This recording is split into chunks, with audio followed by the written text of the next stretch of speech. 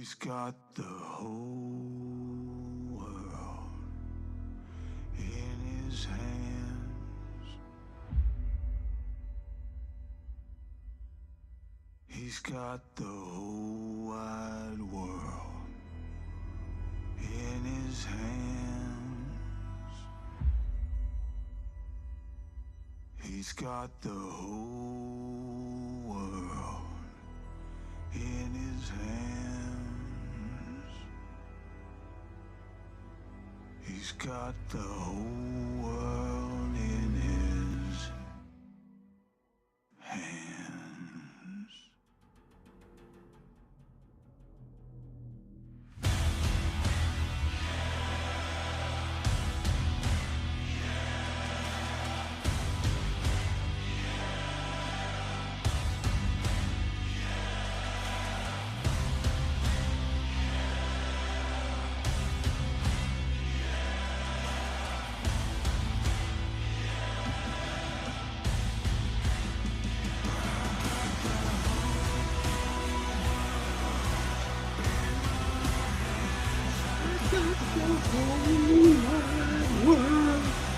In my hand. And welcome back to an episode of the Ministry of Truth. I am your only host on this show, and got a few things for you today. But before we get started, before I remember what we're going to talk about, obviously it's going to be shit that happened over this weekend, and maybe some other things. I just can't remember what I put in the fucking playlist right now. It must be really fucking dumb. But anyway, with that being said, ladies and gentlemen, I hope you have gotten your coffee. If not, go ahead and go get your coffee as we speak. And, all the other things, get you a bagel. If you're Jewish, you don't really have to be Jewish to get a bagel, but that's completely up to you. And then, we'll come back. We'll come back and we'll get with the program. I think I actually have 2 songs set up for this morning just because. One, because, well, I'm going to want to listen to it like I do every day. And the other one, well, the other one came out too. Right. So get your shit. Go get you some breakfast. I haven't eaten breakfast, but I've already had a cup of coffee and a joint. And about to drink an energy drink. So, catch up.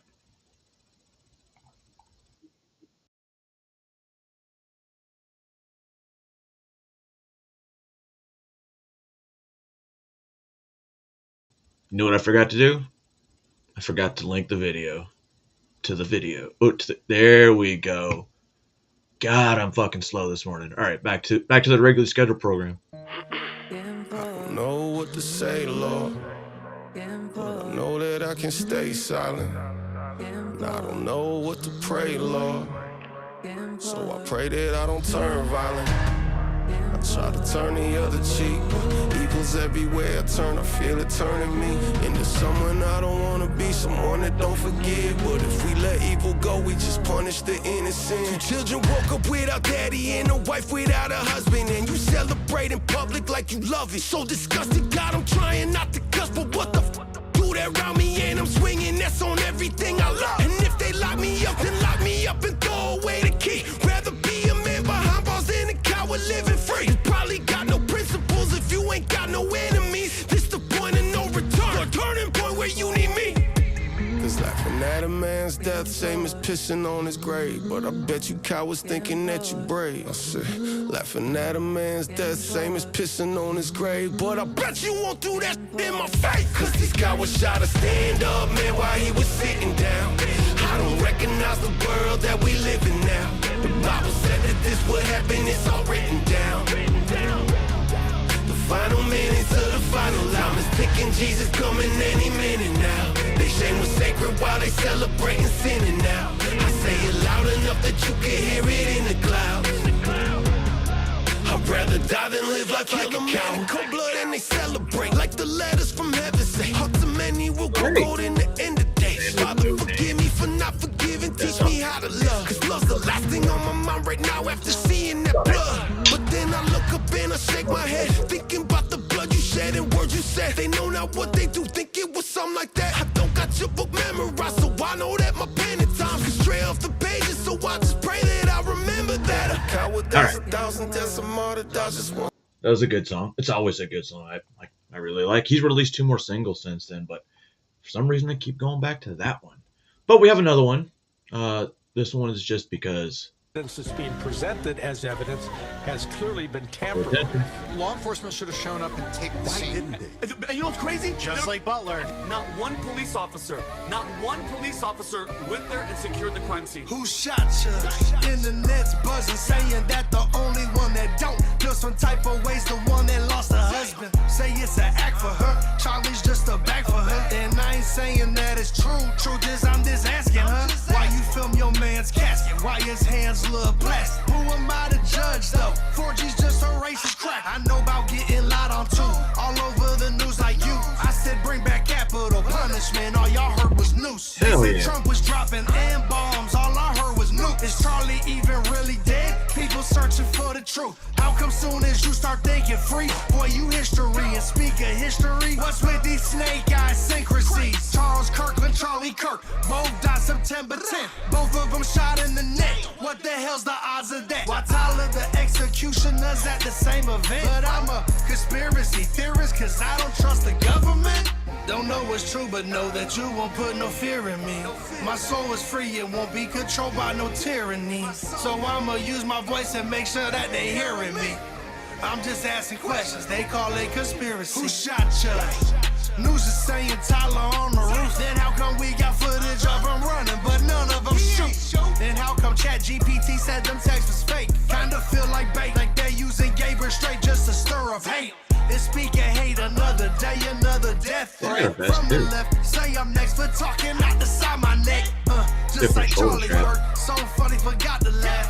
You run up on He's me got and I'm quick squeezing till I'm out of mag. Now everybody think they info wars back and forth. Heard somebody saying something about hologram trap doors. Lapel mics, people standing with them hands signaling. One frame a wedding ring, next frame a Kinda pinky like ring. Wars. I don't know, man. Common It all Wars. feels like a show, man. It all feels like it's scripted. Maybe we just getting programmed. If you pro-Israel, then you could get some dough, man. 7 bands for a post. Damn. Don't know what's true, but know that you won't put no fear in me. My soul is free, it won't be controlled by no tyranny. So I'ma use my voice and make sure that they hearing me. I'm just asking questions, they call it conspiracy. In the Charlie Kirk shooting, why is the FBI's narrative falling apart? Everybody's attacking it, and it seems like Shh. You have to stop asking questions. They don't like when you ask questions because they don't like the answers. Told you I'm not the only one that thinks Charlie was yep, conspiracy from Turning Point, from Israel. Thinking Donald Trump was about to get a phone call from Charlie talking about Israel. I feel like it. It would only make sense. But anyway, why would I make sense? Let's head over to New York City, where the mayoral candidate who's most likely to win, apparently he's not liked by everybody in New York. Anti-Semite! Anti-Semite! You're an anti-Semite! Denounce it! Denounce Sharia law! Where are you running to, Madami? Denounce it! You can't denounce it! You can't denounce it, you rat! Yo, he ain't scared of you. He ain't scared of you. Back off! Back off!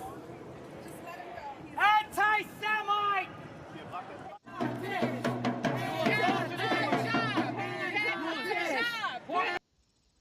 It's funny, the lady yelling out the window, "Get a job! Get a job!" But this dude over here, he actually approached Mandami. Mandami hid behind his security, which I don't know why he has security. He's not special. And then this lady yelling out the window, "Get a job." So Mandami won't say anything, but he'll have somebody else do it for him. Not just somebody else, a woman. How Muslim is that? Walk the narrow, you're gonna go to jail with Tish. Walk the narrow, you go to jail with Tish. Walk the narrow. So no, I just wanted to know because you got a camera. one of the good things is that we are here to allow people like this to do this. Who is he? In an authoritarian regime, Who the fuck is he, though?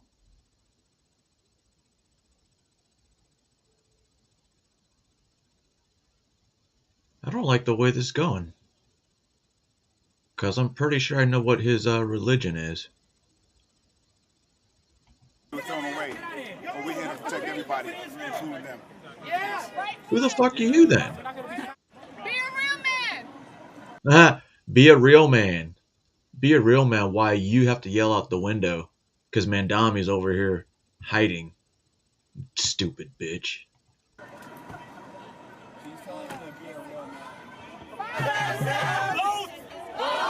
Is that Attorney General James knows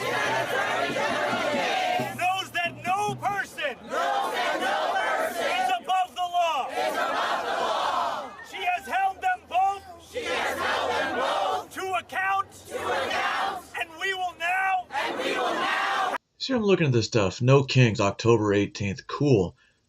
There are no kings, but yet you guys expect to be treated like kings and queens out there. I don't have to treat anybody like a king or queen if you're on the left, right? Because no kings or queens exist. No kings or queens exist. Not even those guys from Africa who think they're all kings. You're some of the same ones out there protesting for no kings. Look.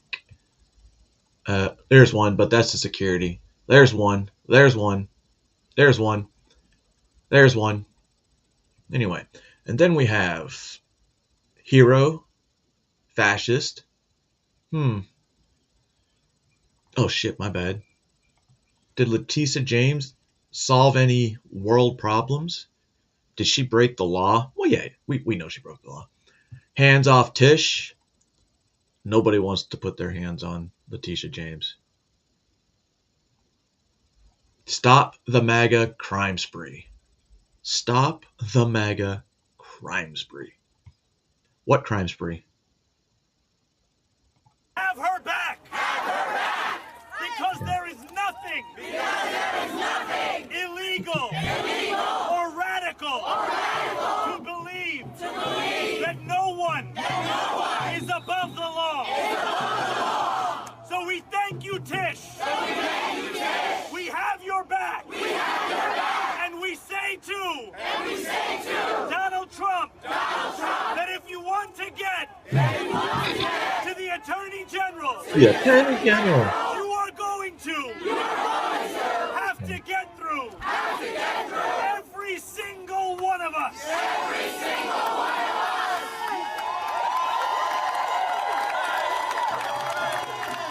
Because right here, you have organized labor, community organizations, city elected officials, state elected officials, and the Working Families Party.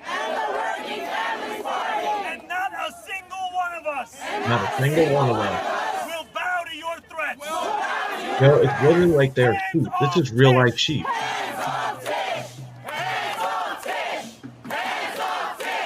Hands off Tish. Hands off Tish.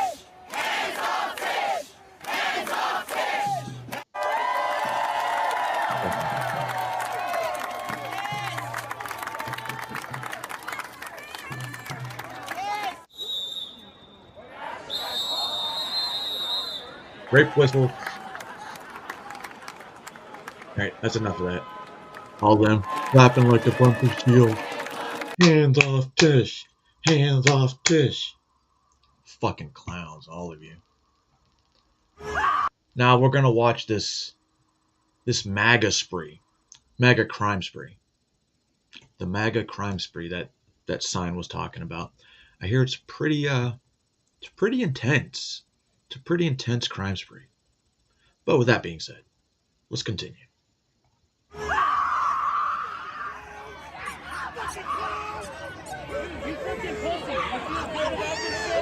I've been watching a lot of these live streams.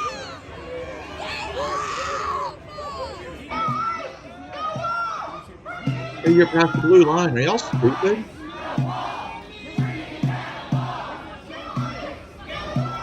Get him.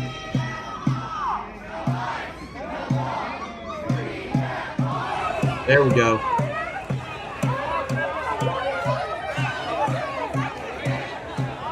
Can't cross that blue line. Don't know that.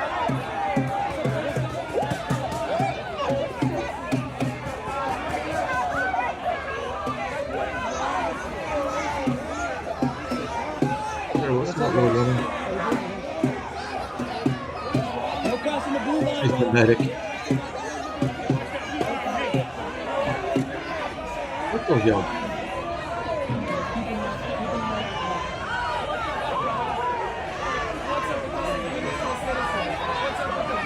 The HSS? I think they get a Glock 19.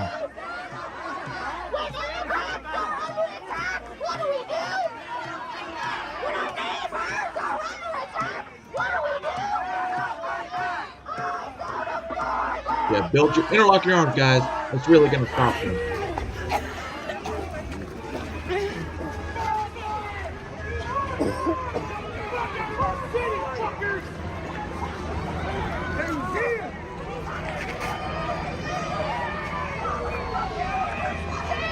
Okay. Look at that Antifa. Don't throw it, you're gonna be fucked. You dump it. Targeted attack. There we go. They're getting them. They're getting them.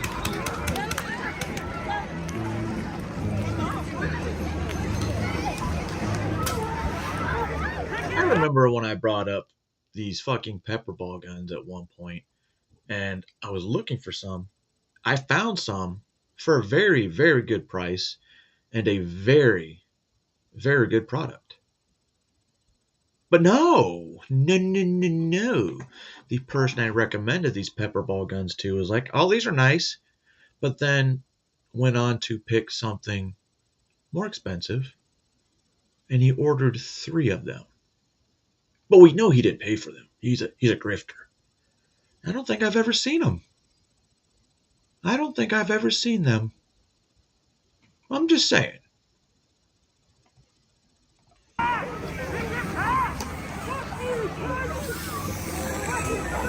I like how they throw smoke grenades with it. Yeah.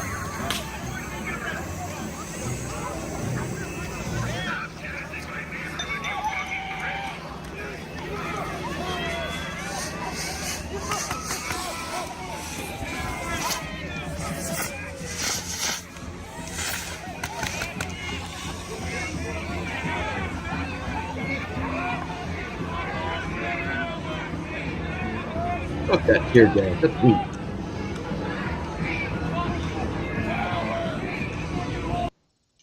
When I used to, the medics have to always go in the gas chamber when they do the NBC training. So, I was always friends with the NBC guy. And I'd be like, how many pellets are you going to put? He's like, oh, just maybe 2 or 3. I'm like, can we add 3 more? So 6 pellets. That shit sucked. I'm glad I had a mask on. But, all the other stuff, the skin irritation, all that, yeah, that sucked. But I'm used to, small little nerve pain. Little nothing. It won't kill you. Inhaling that gas probably won't, except for if you don't get out of that chamber. I loved my job. They were in there for maybe a minute. I was in there for 4 hours. Loved my job. Now I love my job now.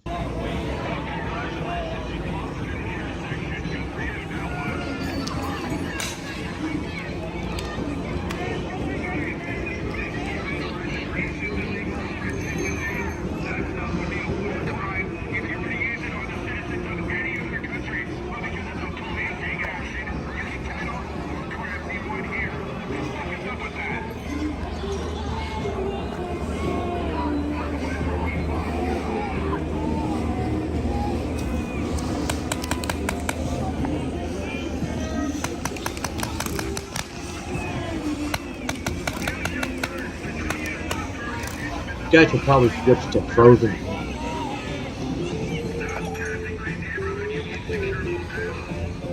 Oh, shit. Here we go. Targeted attack. Targeted arrest. Oh no, they're clearing the street to the vehicles.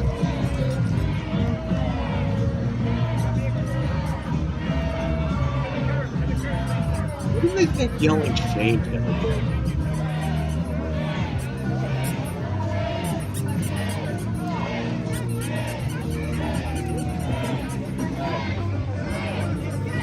Y'all look retarded.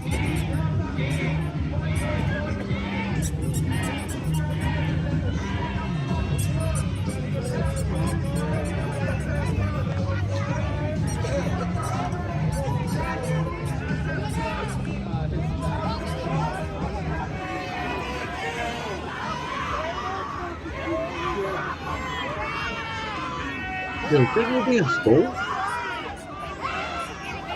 Get him. Get him. Hell yeah. That's what I voted for. Gotta be mentally ill, bitch.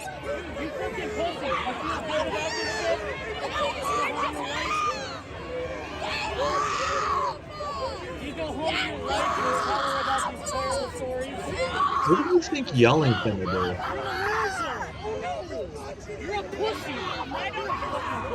You know, all these guys in the crowd there, you're a loser, you're a pussy. Put your hands on him. Put your hands on him. You're such a pussy. Like, I cannot describe this. You probably go home to your wife and you brag about it. You don't have a wife. I mean, if I had them, yo, you got the zip tie 15 people being fucking retarded? Hell yeah. Is that really cool to you? You support a pedophile! Trump is a pedophile! That's your president. You support pedophiles? Trump's a pedophile. You just got it. Trump's a You support pedophile. pedophiles. You're a pedophile. You're a pedophile. So you're important. We know you're the You're going to hell. You are going to hell. You're a Nazi fucking idiot. Now smile, you fuck. Hide behind your mask. You Nazi fucking scum. Miss Griffin. Nazi. Why are you here?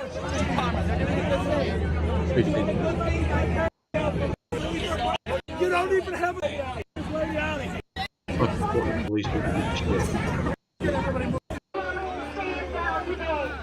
They're gonna arrest him. Get out of the way, bitch.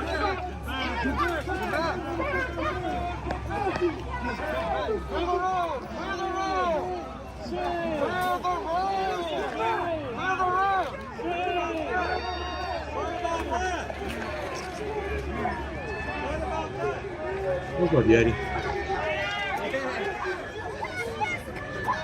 That's the chick with the megaphone. He's screaming for hours. They already got somebody.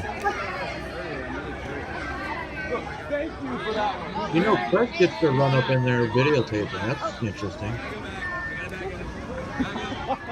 They got her. Ladies and gentlemen, we got her.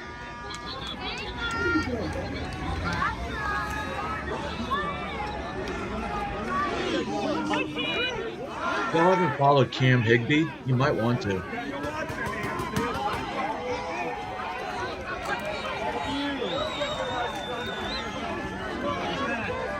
Dude, your mask is sitting kind of low.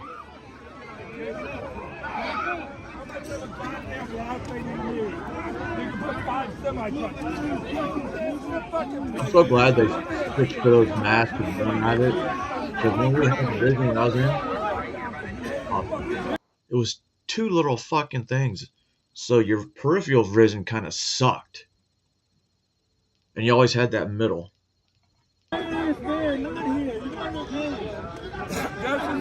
We got COVID.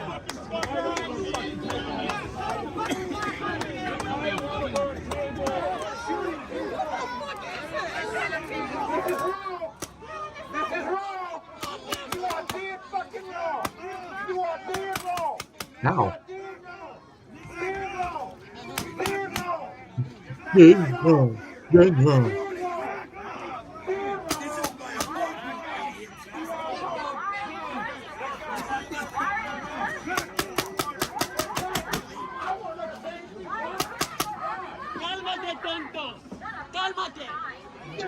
They're not even saying anything. You guys are.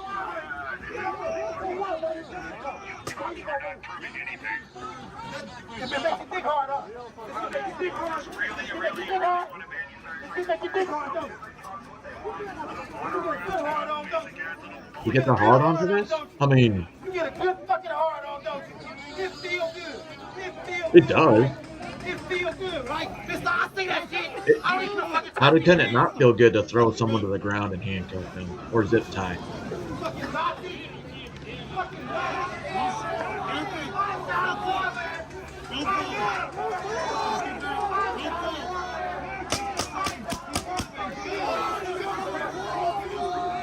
What the hell was a hard hat doing? I'm a nope.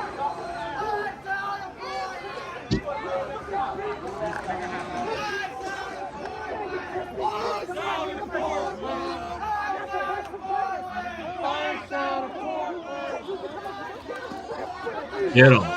Love that bitch.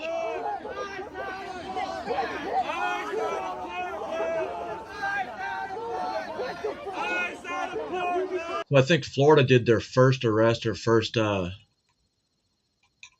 charge for someone who violated the 25 feet rule from when cops are conducting business. And I thought California had done the 25-foot rule. I could be right. But in Florida, if you're one of these faggots with a camera and the police are doing their shit, if you're within 25 feet, and you're trying to record, what's your name? What's your name? You're getting arrested for obstruction.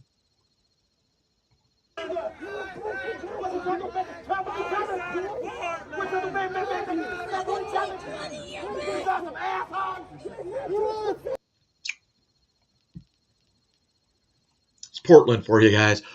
Portland. I don't want to visit there anytime soon. The situation with Hassan Pikachu. So I found this one interesting. So California has a bunch of bills on their desk, or governor has a bunch of bills on his desk. And these people are going to go through and they're going to inform us on a little bit of what's going to happen in California, because most of these bills most likely be signed because Gavin Newsom's on the way out and he gives two fucks. California, here come the new bills. So California gubernatorial candidate Katie Porter said the quiet part out loud, aka the Democrat Party has assured me a win, so I don't need Trump voters, positive media coverage, to be nice, or to answer a single follow-up question. Some polls indicate she actually very much does need all of those things. And simultaneously, fully checked out sitting Governor Gavin Newsom has a stack of highly concerning bills sitting on his desk, waiting for a staffer to put the auto pen right on over every last veto-worthy one of them. He's got through the weekend, and my guess is they're going to wait until the last second on a holiday weekend to get them all signed. Here's what you need to prepare yourself for. AB 495, completely unnecessary bill that helps no one, but puts all children in danger by allowing just about anybody to fill out a caregiver authorization affidavit and come snatch a kid from school. All schools, public, private, charter, or otherwise, need to prep for this by making sure they have updated emergency contact info for all students. That's fucking wild, SB isn't it? 177 would get around the First Amendment's editorial discretion and Section 230 to slap $1 million a pop fine. Yo, this is that fucking shit that they've been saying Trump's doing. Controlling the media, this and that. Bro, social media platforms can get a $1 million fine, up to $1 million fine, if they don't erase your post for something they don't agree with. On editorial discretion and Section 230 to slap $1 million contact info for all students. SB 177 would get around the First Amendment's editorial discretion and Section 230 to slap $1 million pop fines on platforms Biden already did it. the state would determine to be inciting. SB 59 seals sex marker changes for minors and adults, fining anyone revealing those records, even a parent who's against it. 1084 will expedite birth record sex marker change petitions to 6 weeks, disallow objections to those petitions. Parents won't be allowed to object to their own child's petition if the only reason is that change. SB 418 will disallow insurance carriers from refusing to provide sex-rejecting interventions. They'll be forced to protect gender identity, whatever it might be. Insurance providers have to protect these gender identity surgeries. You're trying to force a fucking insurance company to do what you want. I don't see how that's plausible. That's probably why places like State Farm moved all their insurance for housing away from California. You do some shit like that, they're not going to cover it. Your state's going to have to cover it. And on top of that, there's so much in debt in that state. Don't believe anything they're saying.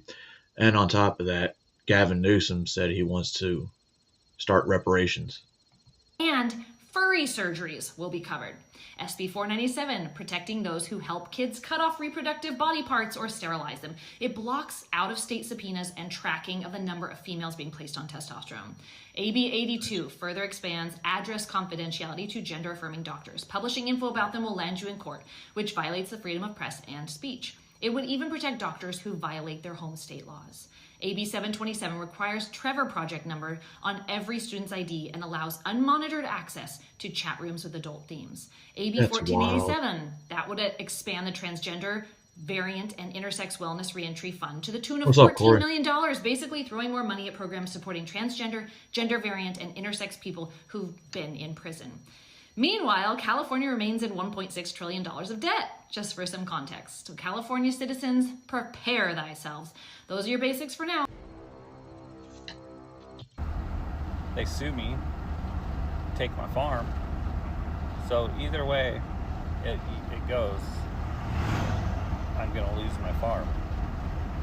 For what? What gain does the state get for stealing my water? What gain do I get? Nothing. I lose my farm. That's what they want. Bills. They're not getting no fish back. So when are you gonna wake up, California? Keep calling Newsom's office. Keep spotlighting on social media the veto campaigns for AB 495, SB 771, and SB 79. AB 495 is the California kidnapping bill that allows the caregiver's authorization affidavit to be used without a parental signature, without any oversight, without any vetting, and has expanded it to include fifth degrees of a relative. SB 771 is the censorship. I'll be damned if someone checks out my kids from school unless they're on my fucking emergency contact forms. I'll be damned. And if they did, I'm beating up the principal. Bill that ends your free speech by essentially removing Section 230 protections and fining social media public town square platforms $1 million for posts that are deemed hateful against a protected class. And SB 71 allows 7-story development in single-family residential zones if they're within a half a mile of public transit. Newsom has until October 12th. He has 3 choices. So if anywhere along the route there's for public transit, like a bus stop or anything, you could possibly be living next to a place that's going to get a 7-story apartment, right? Rising apartment. I don't know. That will bring the property value down. Even if you don't have a bus, and Newsom or whoever in California is like, you know what, we need to put a bus route over here. Because they're going to need more space. All these illegals come into the state, but all these other people leaving the state, the illegals can squat. That's legal in California, right? Can sign, veto, or let it go into law without his signature. We had to run this one back because the victim whose bill I posted before was concerned they were going to be targeted by Karen Bass. That's the level we're at. That the victim is scared to expose that Karen Bass is charging $912.16 to replace fire hydrants, that 20% of them didn't even work. And then the other ones didn't have any water in them because Karen Bass and LADWP had 2 empty. That's literally what the fucking taxes should be taking care of. But you want to charge people $900 for your inability to be a good city mayor? I mean, not saying Los Angeles had good mayors before, but Jesus fucking Christ. Water reservoirs in the Pacific Palisades. So here you go. This is real life. If you want to rebuild the Palisades, to get your permits through, you have to spend $912.16 to buy new fire hydrants for Karen Bass. Okay? California Senator Henry Stern is trying to pass a law that would fine social media companies up to $1 million if a user's post can be construed the wrong way by politicians like him. Let me tell you. What I'm going to do is I'm going to put my VPN in California, right? And I'm going to, obviously, legally, let's get that right, straight. I will not do anything illegal, but I will test their First Amendment by making fun of them. Quick funny story about this Senator Henry Stern. When I was asking about the housing bill that Newsom was going to push through in Pacific Palisades, this Henry Stern made a post on his IG story posting some fake news story about me from 15 years ago. And then when I posted about Henry Stern, guess what? I guess he went to all his little friends at the state Senate and he was like, we got to come up with a way where if Spencer Pratt says something about us and Newsom, we can get him deplatformed.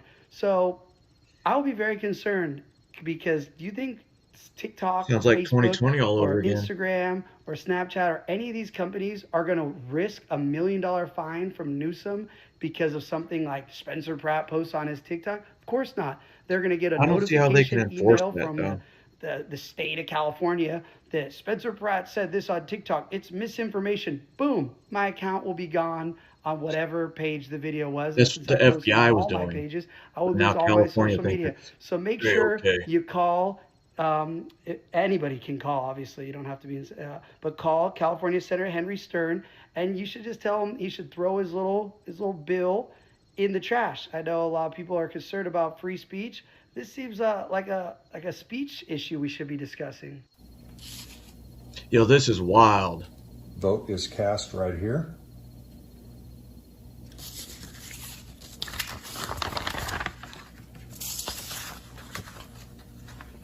The mail-in ballot.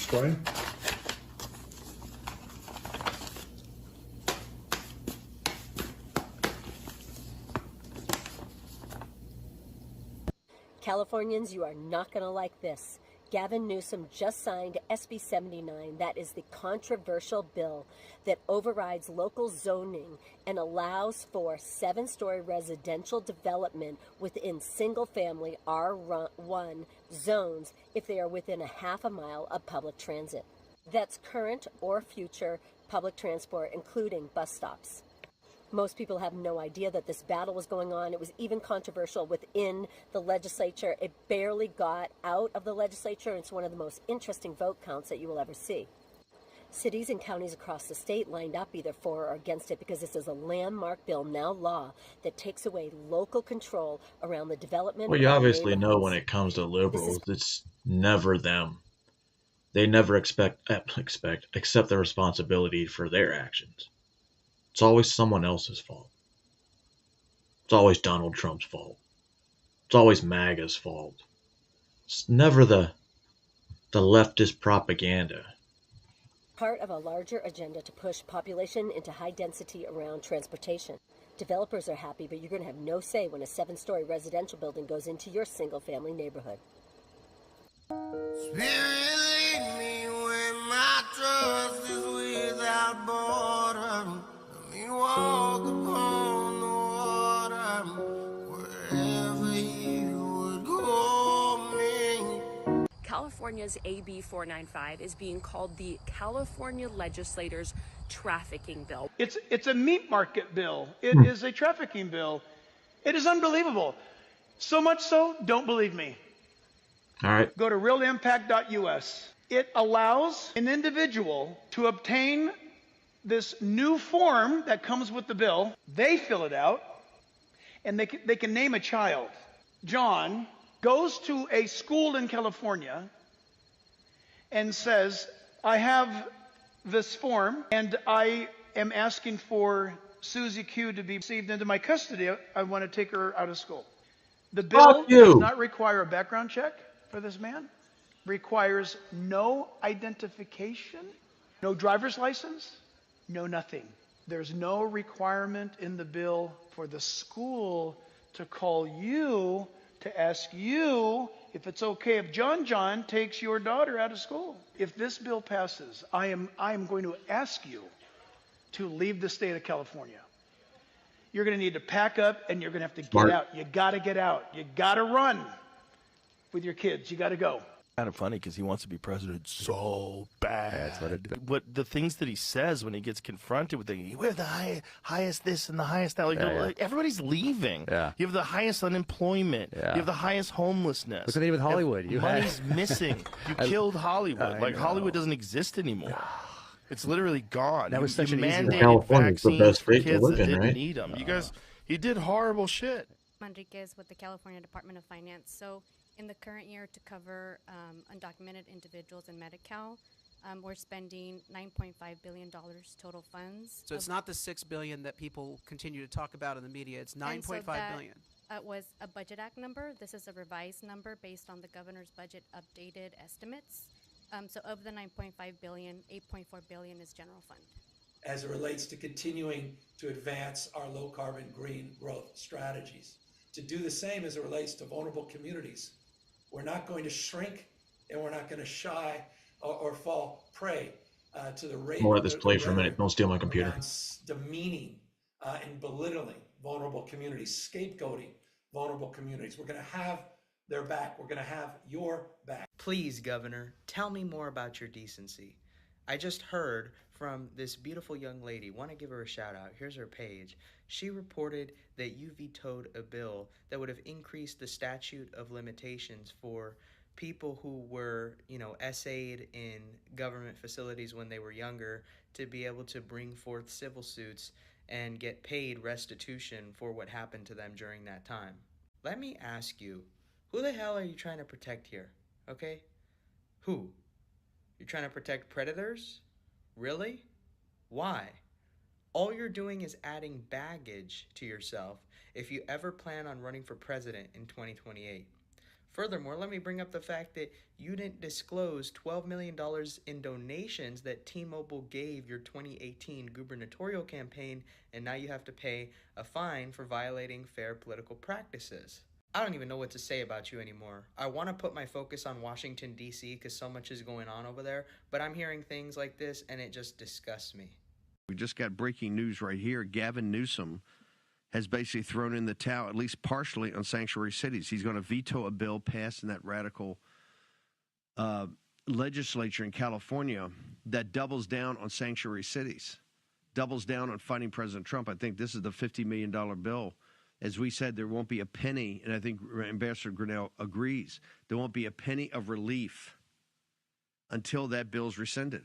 There won't even be discussions about money going out there. If you're going to double down, if you're looking for citizens of this country to come in and help rebuild Southern California after these tragic fires, at the same time you're going to fight getting rid of illegal alien invaders from the country, from the state of California specifically, and you're going to have these sanctuary cities that are just going to thwart the ICE agents and others on this deportation, you're not going to get any money. He folded.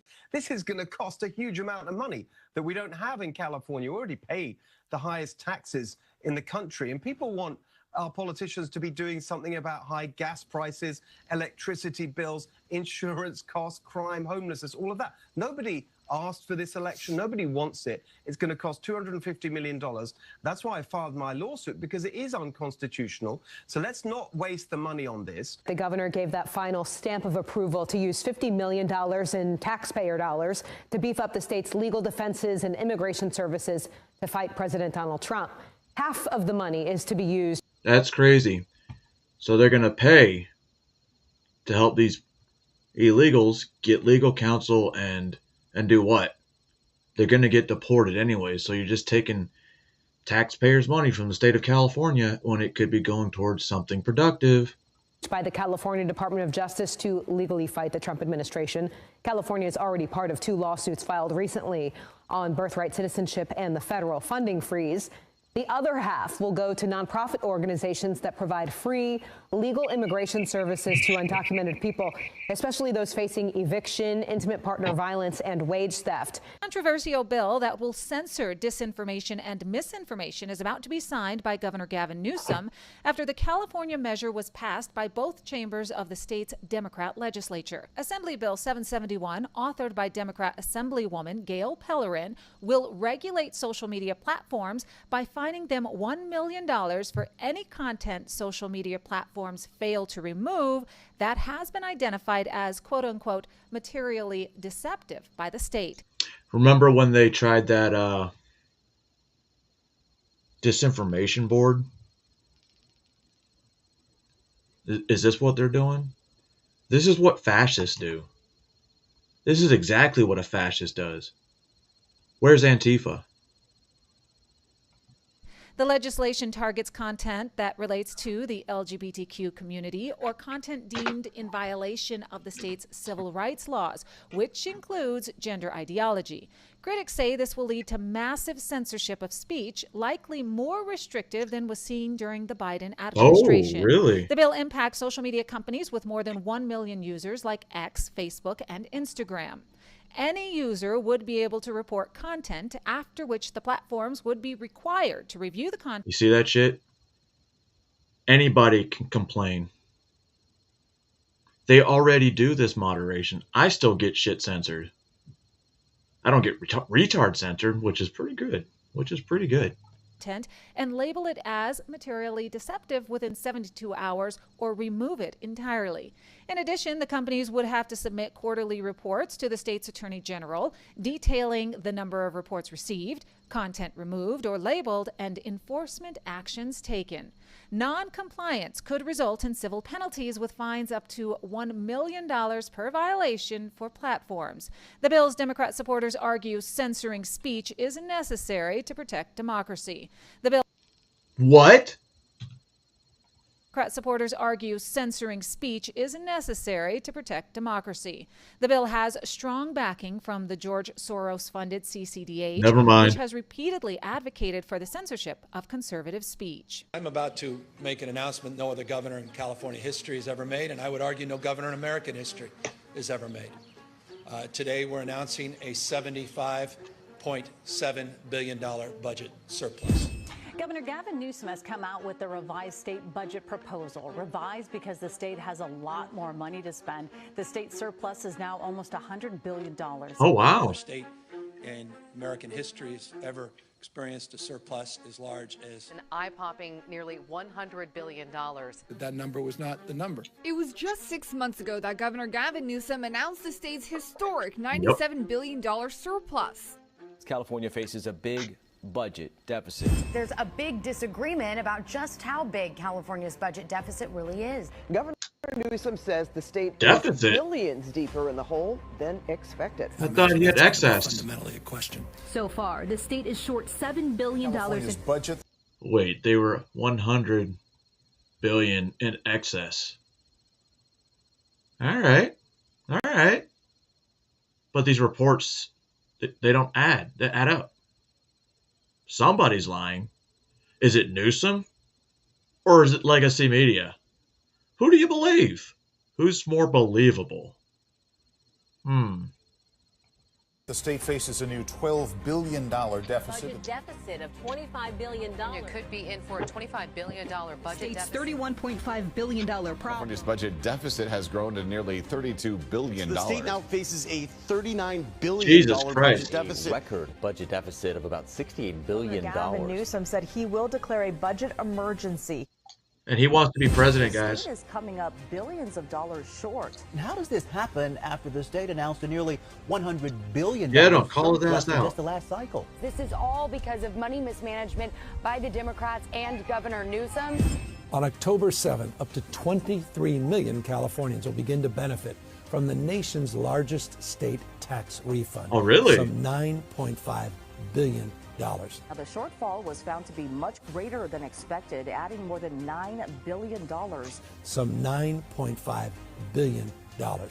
to the already projected deficit. The first round of these payments, up to $1,050, will Interesting. be direct deposited to Californians. Boy, I'd love to do that. Are you one of them? With rising costs from, well, the grocery store to the gas pump. I care about what they care about. You know, these numbers. It's funny he says the rising. My daughter called me yesterday because she went to get something from gas at the gas station. And she said it was the lowest she's seen in years. But then she says at the same time, all her timelines are saying that they're the highest they've ever been. And they're not dropping. And I'm like, yeah, I told you that shit. He's like, well, it's their fault for living in a fucked up state like that. It's really hard to wrap your mind around. They're really big and they're really bad. We're doing our best to help offset rising costs. Visit taxrefund.ca.gov to see how much you'll get and when. Well, the governor is pointing the finger at President Trump. Best to describe this as the Trump slump. This is the worst outlook the state has had since the Great Recession. And it's Trump fault? For president?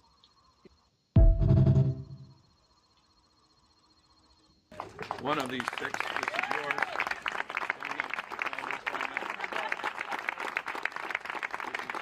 Like a bunch of seals.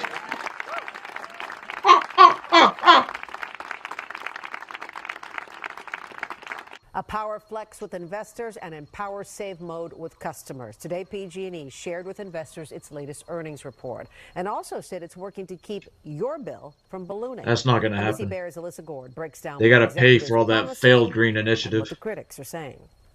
PG&E leaders acknowledged it at the company's second quarter earnings call. Customers are beyond tired of seeing their rates increase. To continue funding needed investment while holding customer bills at or below the rate of inflation. Over the last decade, PG&E rates have gone up 101%, according to the California Public Utilities Commission. And the utility has requested 7 rate increases over the past 2 years. That's fucking wild. Today, PG&E said rates aren't expected to go up again this year. And next year, combined residential bills will actually go down.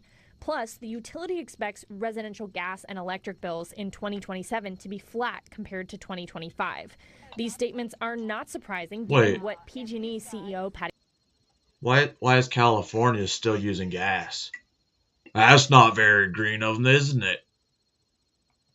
Poppy told our Raj Mathai back in May. We've got to be able to show customers we can do better work at a lower cost. Poppy explained the utility won't be cutting rates, but as some increases take effect, others are expiring, so they'll offset each other and customers won't feel them.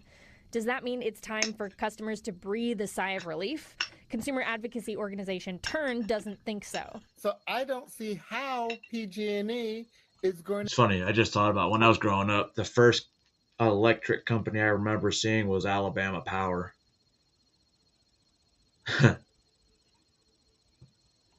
To be lowering rates, I really question and then that people's bills are... The first time I remember a landline when I was a kid, it was Brandenburg Telephone Company.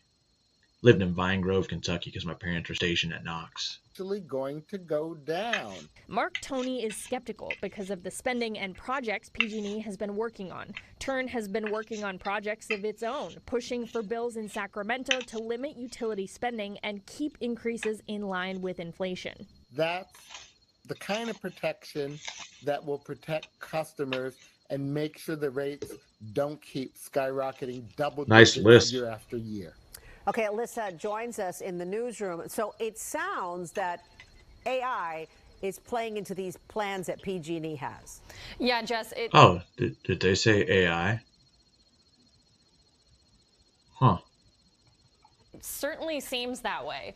Now, artificial intelligence with PG&E, artificial intelligence itself uses the power of data centers, and those data centers are something that PG&E is heavily investing in. And because they got to power those. Most of these data centers that PG&E is serving are actually located here in the Bay Area, and as you can imagine, they require a lot of energy. Yep. Now, PG&E says that those data centers could lower your bills by spreading out the costs, but some consumer advocates are skeptical. They say we need more guardrails so that the demand for data centers doesn't hurt your utility bill. Okay, so while the data center, see what happens, 2 data centers in Memphis that Elon is building.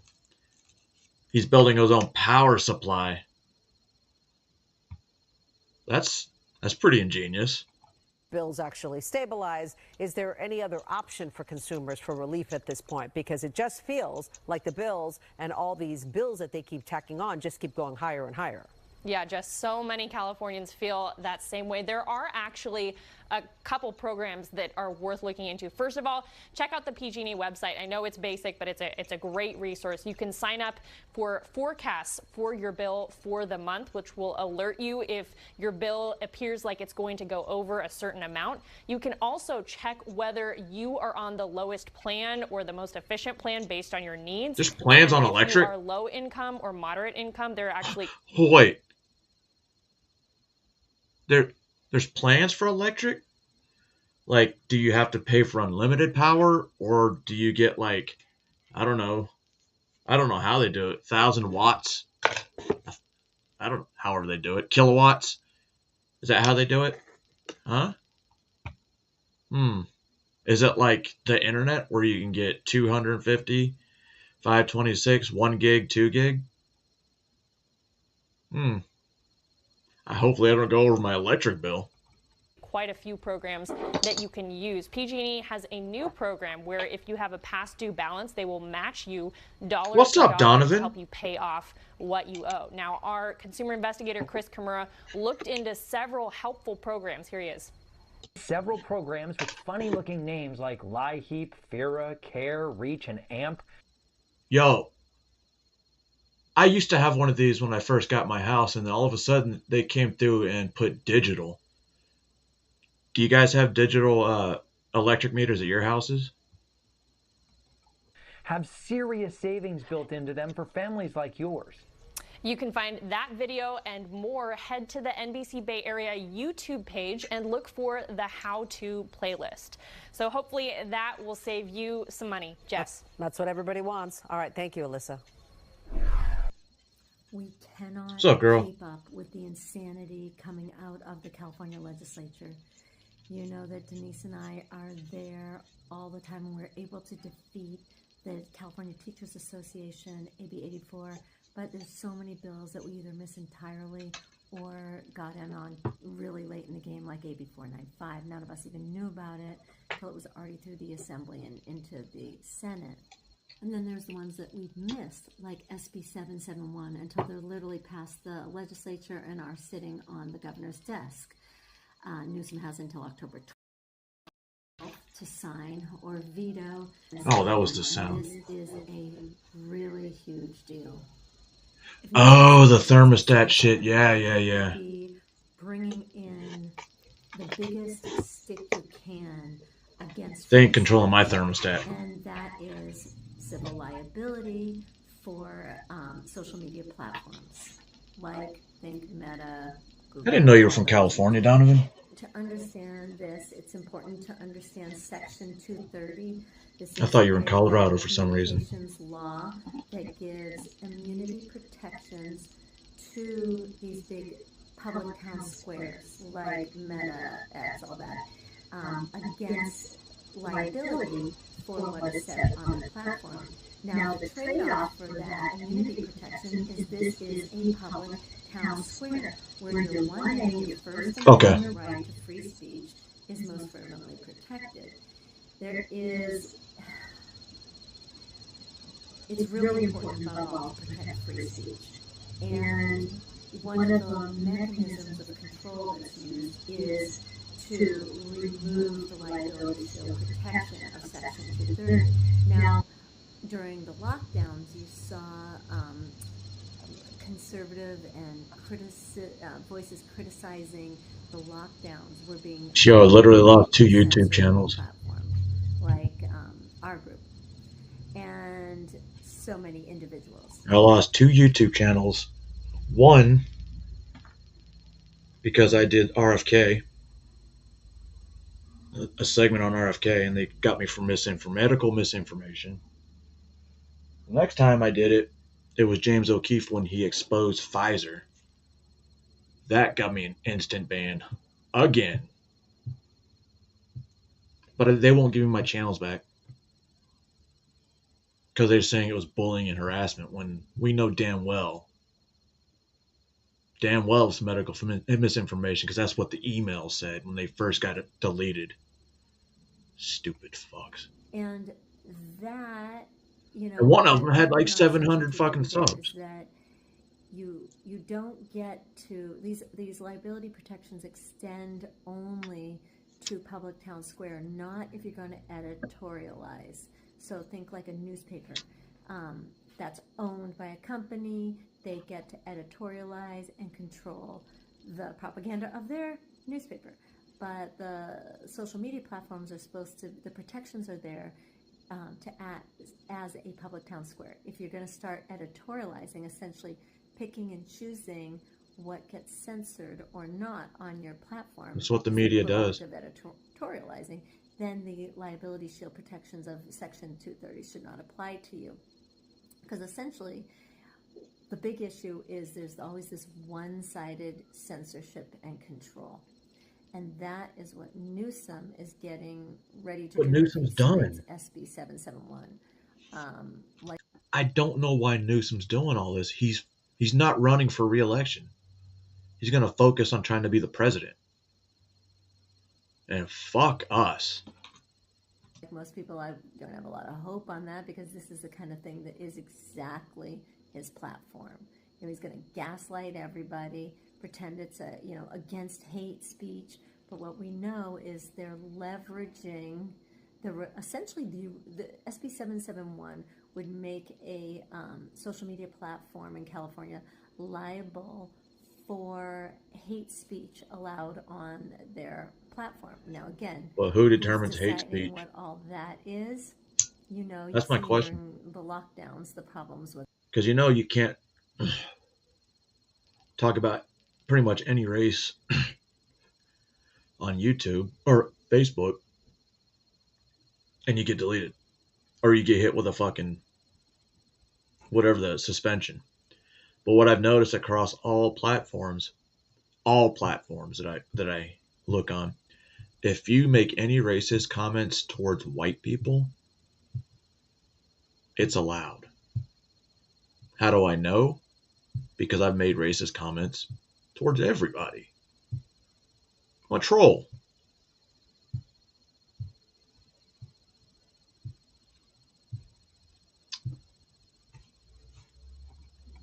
that. And you've seen the control of media, so you know the problems with how that is. That it's not unbiased at all. So Newsom, essentially, by signing SB 771, what he's doing is saying we're removing Section 230 protections for platforms that allow speech that is considered hate and other. If you look at the definitions in the bill. So technically, if that bill passes or gets signed into law, can tech platforms sue the state of California for a violation of the First Amendment? That's a good question, because I'm pretty sure that's going to go up to the the Supreme Court. This is just a pure manipulation technique that they're going to be able to use in here to control. And I mean, what better control than to fine? And there's huge fines, $1 million, $500,000 fines for these social media companies. They are going to have to change their algorithms, what they allow on their platforms, all that. So you know what that means. Talk about like a crackdown on censorship. This is a really big 1984 problem. So I would literally be saying, call Newsom, and on social media share veto SB 771 and reference Section 230 and free speech. Surplus for the state of California.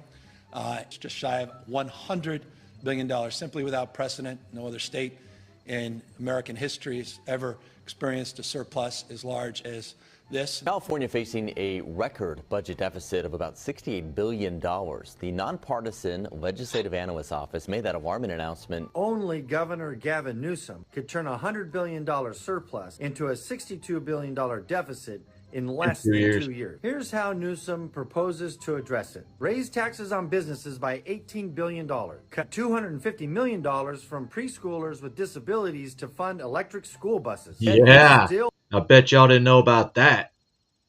Talking about the kids. Doesn't seem like you care about disabled kids. Funding free health care for illegal immigrants and the multi-billion-dollar boondoggle of high-speed rail. His budget is shameful, but are we even surprised at this point? We're fighting his disgraceful budget proposal, so follow me for all things California. No. The law that Gavin Newsom just signed into law, the bill that he just signed into law, taking away parents' rights in the most fundamental way to make it so that the state of California gets to make the decision to allow your child to undergo irreversible mutilation surgery in the name of quote-unquote gender-affirming care. Things like that are a big reason why people feel hopeless. Yeah. And it's not necessarily how do we hold the politicians accountable. For somebody that doesn't believe that, like myself, who I'm conservative, I have views on both sides of the aisle, but I will never, ever agree with the gender stuff with kids. When I hear that, it registers in my brain that every single person that voted blue is for that. It's not true. What is more sacred than, I agree. than little kids? Yeah. California's massive budget surplus has Governor Gavin Newsom demanding a huge spending spree. Projected operating surplus for the state of California in the May revisions, just shy of $100 billion, simply without precedent. No other state in American history has ever experienced a surplus as large as this. California is facing a $27 billion budget deficit, and today the governor released his plan for trying to deal with it. Spoiler alert, it is brutal. The second year in a row, California is facing a multi-billion-dollar shortfall, and that, according to the governor, will lead to the loss of both money that was going towards programs and jobs. This is kind of work you enjoy doing, but you got to do it. We have to be responsible. We have to be accountable.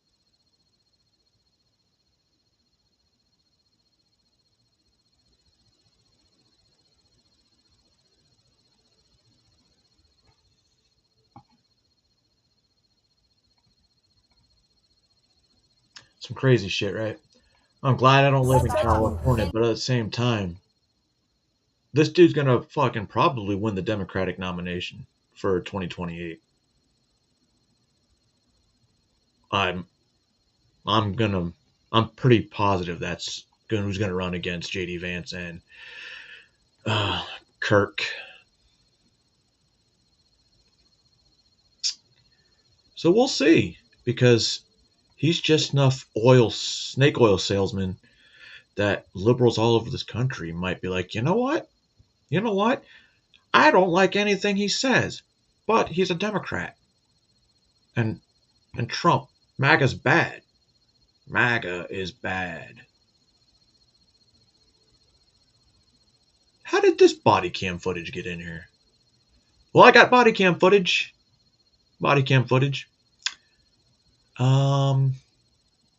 If you're homeless, living in your car, how come you have 2 cell phones? I mean, I'm not gonna lie, I don't have. Well, let's rephrase that. I technically have 5 phones on my line, my plan, but they're for different people. I don't hold the phones. So in reality, I only have 1 phone. So why do people who claim to be homeless still have phones, and on top of that, more than 1? I don't know.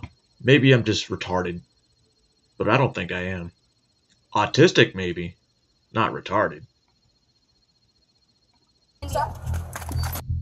On April 12, 2023, police pulled over a woman after running her plate and finding out it was suspended. Stay in the car. What are you putting me up for? It shows you're suspended. I'm not suspended. I just sent out a check. I'm not. Okay, let me see your driver's license. Let me see your driver's license. It's nothing to see, bro. It's nothing to see. Let me see your driver's license. I'm going to call my case manager because I just sent out case manager. Your driver's license and proof of insurance. Do you have your driver's license and proof of insurance? Yes, I do. But you just pulled me over. May I see it? What's your reason for pulling me over? You feel the signal go around the truck and No, it I shows you're didn't. No, I suspended. didn't. You just lied. Watch out. No, What are you I'm not watching doing? What are you doing? I'm closing my conducting door. a traffic stop. Okay, but you didn't know, bro. Watch out. Let me close my door. No, you're not closing. Let me close my door. You're doing. Do you have your driver's license? Yes What do or you no? need my driver's license for? I'm See? conducting a traffic stop. That's why. I need to Well, shut the identify door. who you are. What's your name then? Since you don't have your driver's license. Who told you I didn't have my driver's license? You just You passed. haven't produced it. I don't have to produce it with anything. Yes, at you the moment. do. Right now, I'm pulling over to get gas. Right in my face. Remember, driving is a Traffic privilege. stop. I don't care what it Required is. by I don't state law care. to I don't identify care. yourself to me. Understand that? I don't care. I don't. If you don't To be quite identify frank, I yourself, don't. I'm going to arrest you. You're not arresting anything. What the f? Like, Sure about you just. What did you just do? What did you just do? Is this car not in my name? Is it? I have no idea who you are. Okay, well, I'm trying to get in contact with who I need to get in contact with because I have just sent out some papers. So. Well, your other notification. Put the phone away. What are you telling me to put the phone away Put for? the And I'm telling you phone I'm away. calling my case I don't manager. care who you're calling. No, because I this need is to an identify you. Put the phone away. Do you have ID or not? Yes, I do. I need to see your ID. Okay, well, if you don't can you show shut me my your door? ID, I will arrest you. Well, can you shut my door? No. No. I'm about to This keep fat calling ass is until I gonna get a drive hold of off. somebody, 'cause they just sent the check out to me. There's nothing for me to tell you. I can give you a piece of paper to tell you that they sent the check out, but there's nothing else that I can give you. Took Okay, what well, I check need to out? see your ID. Is that what you're getting, your ID? No. Huh?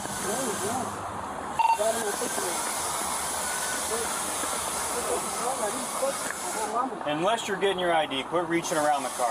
Last chance. Come over I'm here. telling you, I'm providing you with my information. That's it. Like, Do you have your ID or not? yes, I do, but get the Female cop. You're, like, I'm in fear for my fucking life. I'm a black woman. You're always shooters. I'm trying to Hey, call my quit fucking reaching listener. around the car. Did you just not tell me to provide you with my ID? Yes I've or been no? standing here Yes for or 5 no? minutes. Yes or no, right? Where's it Yes at? or no? Where is Yes or no? Exactly. I'm looking for my shit. You're tripping. Okay, I don't want you looking around Right, the car. Donovan? Why don't you just give me your info? Indian. Go ahead. Call away. Put your Call phone away. I'm not putting my phone away because I'm calling my case manager. I'm not putting anything away. That's going to tell me I can't call and make a phone call. What's your name? India? Indian. What? Like I just said, Indian. And I try to provide you Big manager for what? Stop reaching around. Step out of the I'm car. looking for my ID. Why did you have a PMAG? The just told me. Now I'm What's ordering your you out of the rifle? car. Get out of the car. Get out All of right, the watch car. out. Get out of the All car. right, get out. Watch out. Watch out. So I can lock the door and get out and put my keys in the get car. out of the car. What are you doing? Step What are you out. doing? Why are you Step grabbing me? out You see of this? the Why car. are you grabbing me? Step Bro, I'm out trying to call my of case the manager. car. Why are you grabbing me? Bro, watch out. Why are you Step grabbing me? out. I'm trying to call my case manager. I don't know what's in bro. that car. Now. What? It's Reaching nothing in this around. car, bro. I'm homeless. What are y'all doing? Over here. Bro, this annoying, bro. What are you still touching me and I'm not to touching the back you, bro. of the This car. shit is doing it. Watch out. I'm trying to. Watch out. Please stop touching me, bro. Please stop grabbing me up. This shit is insane. Watch I mean, out, bro. you're gonna get failure to Stay right identify. here. Where are you going? Stand Yo, look at right that here. shit. Touching me, bro. I'm trying to call my case manager. Move. Feels bullet holes? Like I'm trying to call my case manager. This is going around. I'm trying to call my. Stay right here. Where are you going?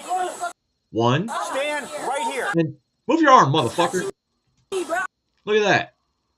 Look at that. 2 motherfucking bullet holes. Yeah. Yeah. I'm trying to call my case manager. Move. I just put her in. Like I'm trying to call my case manager. This is going around. And they've been there a while. Blowing the f- out of me, bro. Call, can't seem to call cooperate. The YWCA. Call the YWCA immediately. I'm not saying YMCA. call the YWCA. Or Let me have YWCA. all my paperwork. Watch out. No, Why I'm not can't you doing just this. cooperate? I'm not This ain't doing that this. hard. Bro, this shit Stand is annoying. right here. I'm sure you've never Don't been move. homeless before. Don't keep touching me, bro. Wait, Don't is keep she touching me, bro. This in the YWCA? That kind of means like she's. How do I say this? Is that kind of like the Salvation Army for women, where they have a place to stay if they're homeless? I mean, it seems like it because that's what Christians do. But I don't really know what those organizations do. All I know is that YMCA, we used to go down there and play basketball. What's up, Angela? I already told you what my name was, bro. This shit is unnecessary. What's your You can find that out, can't you? I tried to get you my information, but you didn't want to let me give you my information, so. What's your date of birth? What is your date of birth? Bro, I'm trying to calm down right quick. Like this, you already grabbed I'm not your bro. Well, I'm trying to First of calm all. down. This trying to calm down. Can y'all stop grabbing me and let me I've been trying for the past 10 You have minutes to not been trying to identify do you. nothing. I told Yeah, you the I was fuck you getting my had. paper, like the Simple fuck you stuff. took my phone and everything. What was You the, can what make was this the- easy I'm and you can trying to cooperate make a with us. phone call to tell y'all to Simple. This shit is question. irritating. Go Like- to jail for what? What For is what? What the fuck is she talking about? The check being cleared? Check being cleared for what? Your driver's license? They give you that right there. So what the fuck do you mean? Your registration? You're waiting for the check to be cleared? You get the registration on the spot. What the fuck are you even talking about?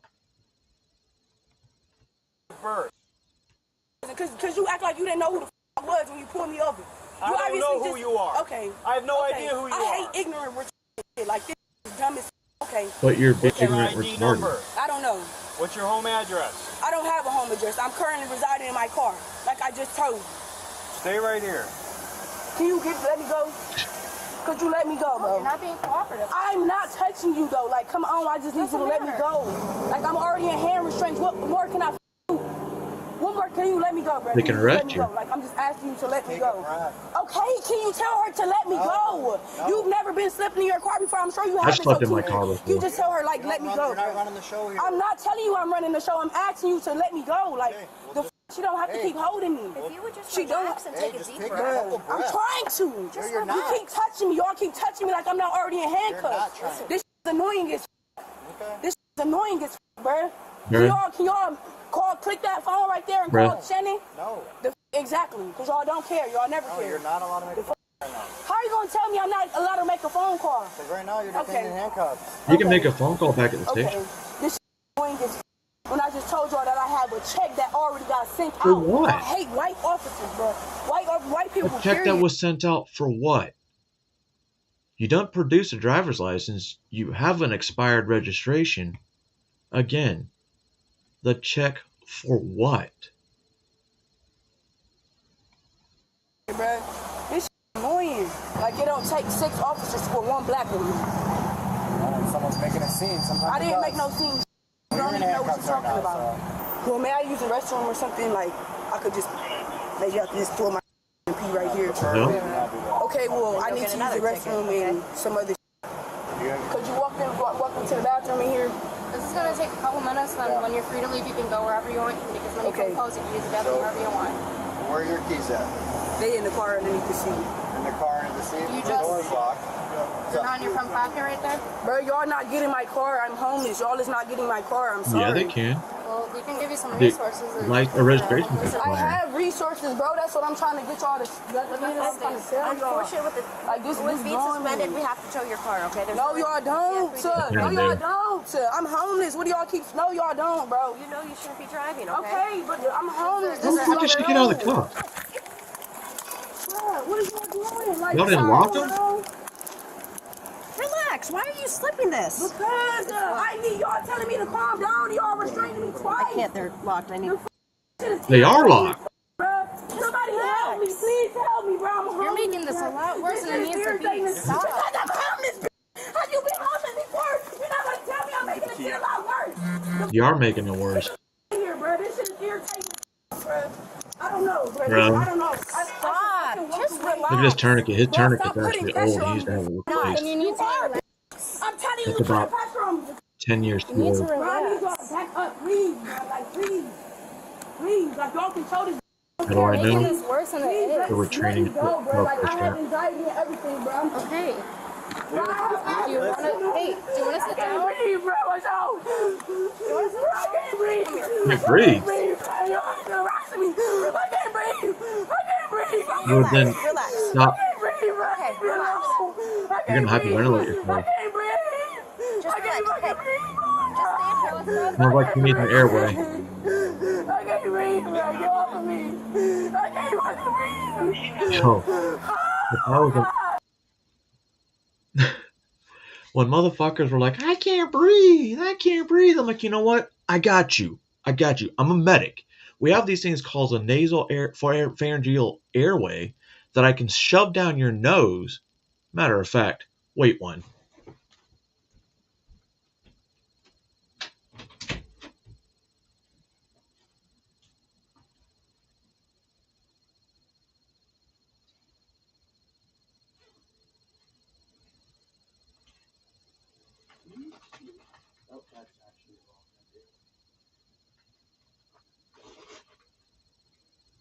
almost grabbed the crate, guys.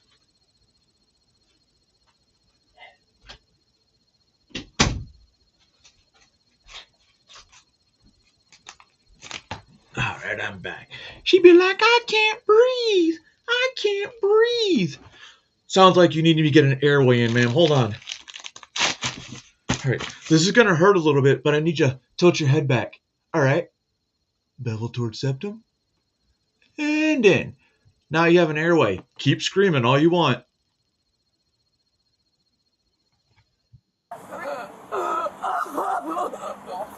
Oh, she put it. Yeah. Why don't you come sit Yeah. down so you're not standing up? Bruh, because y'all gonna keep holding me while I'm sitting down. There's nothing in here, bruh. Can y'all let me go then? No. Can I grab my phone and y'all let me go? Let me let you go. Yeah, you can take your phone. Bruh, what the f? No.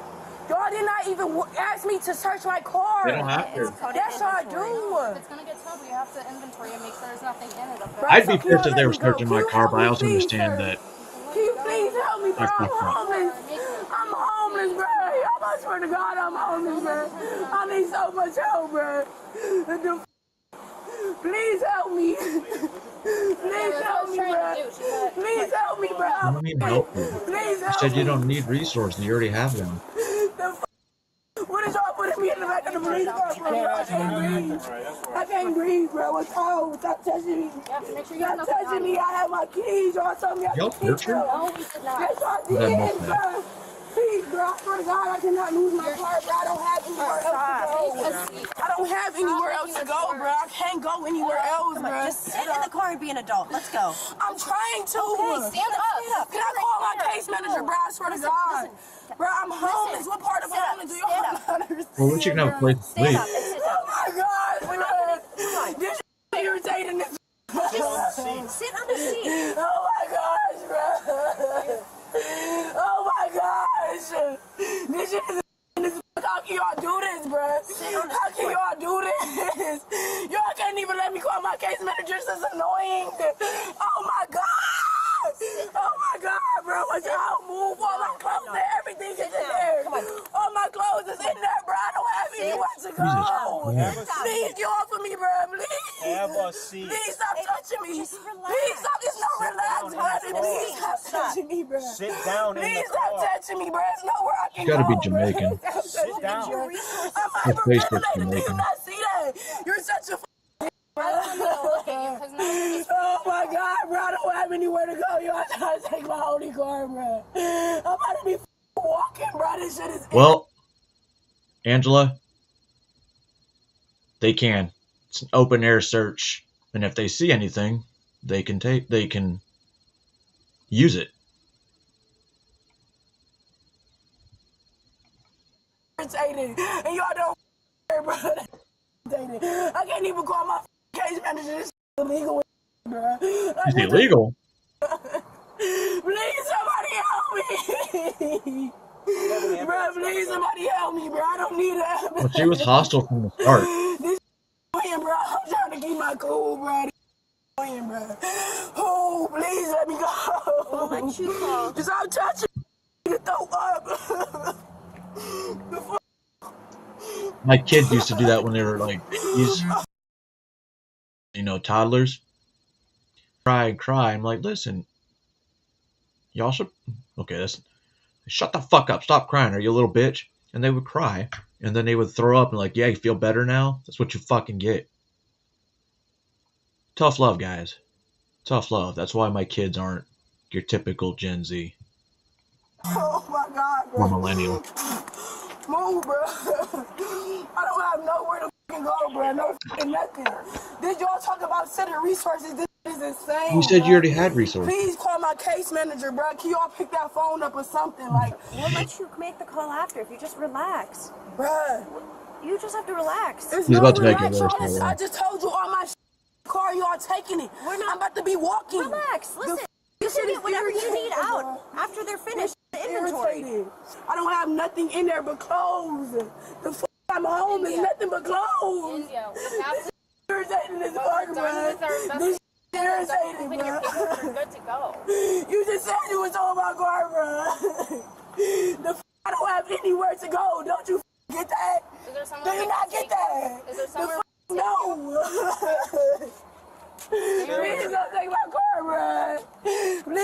touching me, bro, because I'm not trying to spit on you, bro. And I know that's assault, bro. Watch out. Stop touching me, Yo. bro. Please stop touching me, bro. Move. I almost want to feel bad for her, but I don't, because her attitude when I'm watching this is not something she developed overnight. This has been her attitude since she was a fucking child. Fucking child. She takes no responsibility for her actions and blames everybody else. That's probably why she's homeless. She can't hold a job because of her attitude. She can't go home because her parents don't want her there because of her attitude. Take responsibility. Stop touching me. Stop. And you're done. You're done. Go to jail. That's two. Bag that times 2. Or baddie on a Leo. Times 3. Get a spit hood in there. Get a spit hood out of that glove box.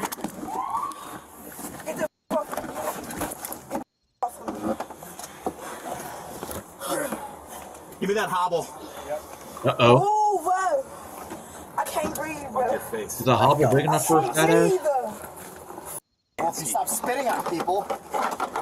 And she spit on him. Bro, I can't breathe. We have an ambulance here. So send them. Dude, I can charge you left and right for baddie on Okay, a so Leo. get off of me, bro. My arms is bleeding and everything. Got it. You gotta calm down, and your breathing's gonna get better, I promise. We're gonna help you out. You just gotta be cool. And Okay, bro. I'm in restraints everywhere. Like this. Please. well, you can't be fighting with people, all right? Cause he just lied. He just lied, bro. If you're cool, we'll all be cool, all right? Okay, I'm cool, bro. All right, I appreciate that. I'm the ambulance, so. Okay, I just need you to check me out. This All shit right, is no annoying. problem. I need to make a phone call. You're not No gonna get problem. out right now. I'm not talking to you. Shut up. All right, I'm so not talking to you. Look, I'm gonna bring my The fuck monitor y'all over fake here. helping me and shit. Watch out. I'll be This shit is back, irritating okay? as f- I know y'all can't take me out these cuffs. You know paying that shit. it's the medic for ambulance. Stop touching your mask. Shut the fuck up. I'm telling you one more time. Back. Get the fuck back. Pussy ass. Spitting on us. Get the fuck back. How about no? Can we pull her shirt down? Pussy ass. Yeah, well, you're in the back of the car, huh? Yeah, cause you can't fuck with me. All right, dear. Stop touching me. Stop touching me. Stop touching me. Is you retarded? Stop Do you that. not understand English? I do. Do not touch me. Stop. What the That's why I fuck? touched my hands on you the first time. You don't really want it. I swear to God you don't. Now Don't she's touch me threatening. again. Yeah. You keep doing that on the slide, I will serve both of y'all. I swear to God. Serve me I with swear what? to God. I swear to God. I don't care. I don't care. I don't. The suspect was charged with driving under suspension, simple assault, and assault on a police officer. She is innocent until proven guilty. We feature.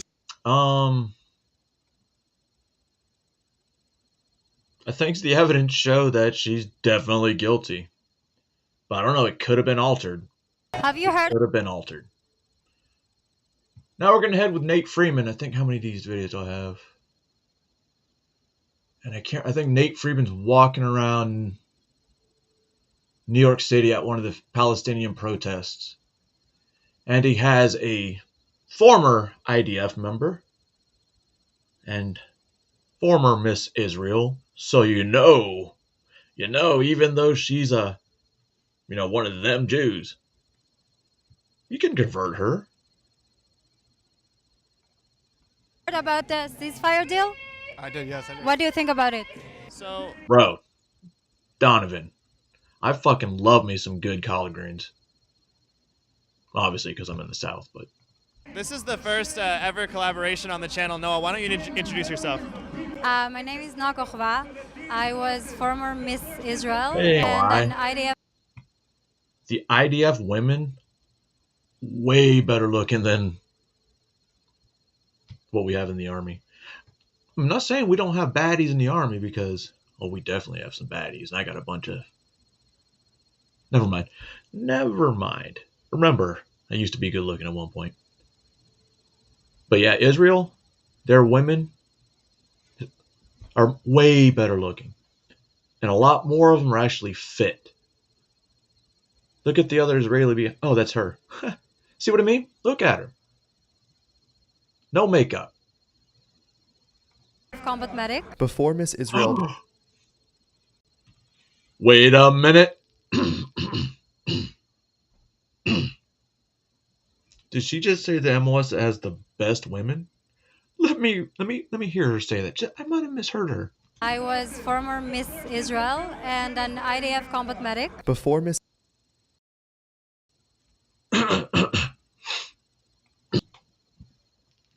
It sounds like she has the best job in the entire military. In case y'all didn't hear it, this young lady, former Miss Israel, still a Jew, was a combat medic. But see, sometimes it's okay. We agree on stuff. But it also helps that, I guess you can get past majority of them if they're good looking. Unless they're liberal, then it's kind of hard to get past a liberal woman. Because then they're just stupid.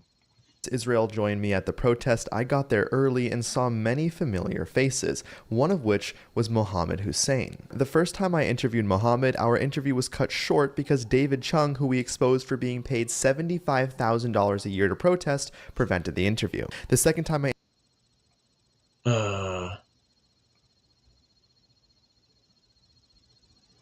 Can I get paid to protest?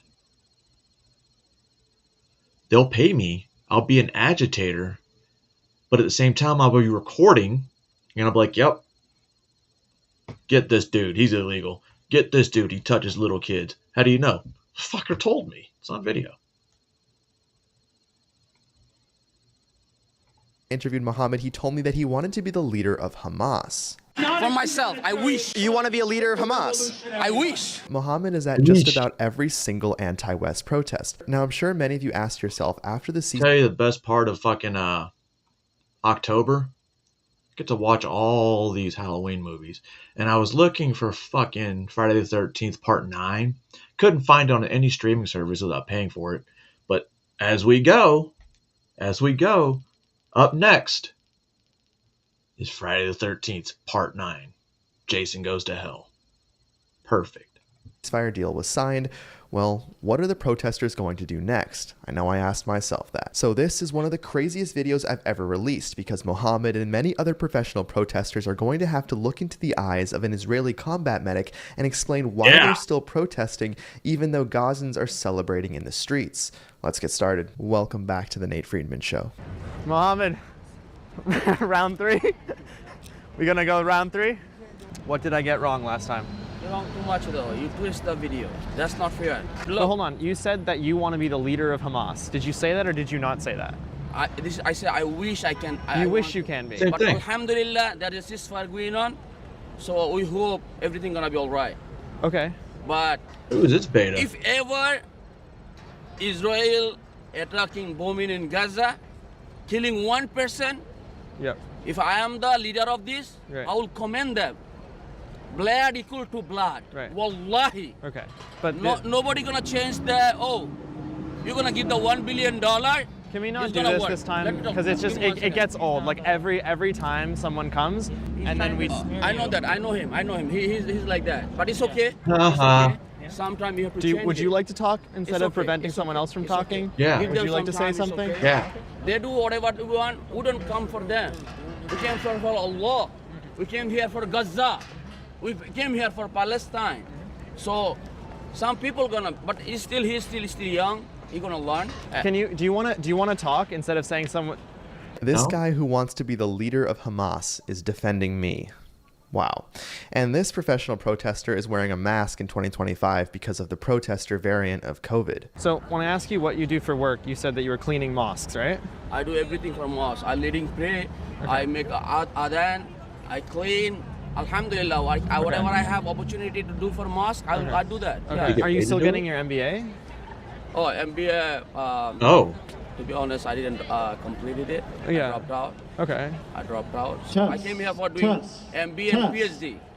So you're doing your PhD here? So no, I dropped out. But inshallah, I'll do it. Inshallah, okay. and Allah give me. Now, are you a U.S. citizen? No. You're not? No. Okay.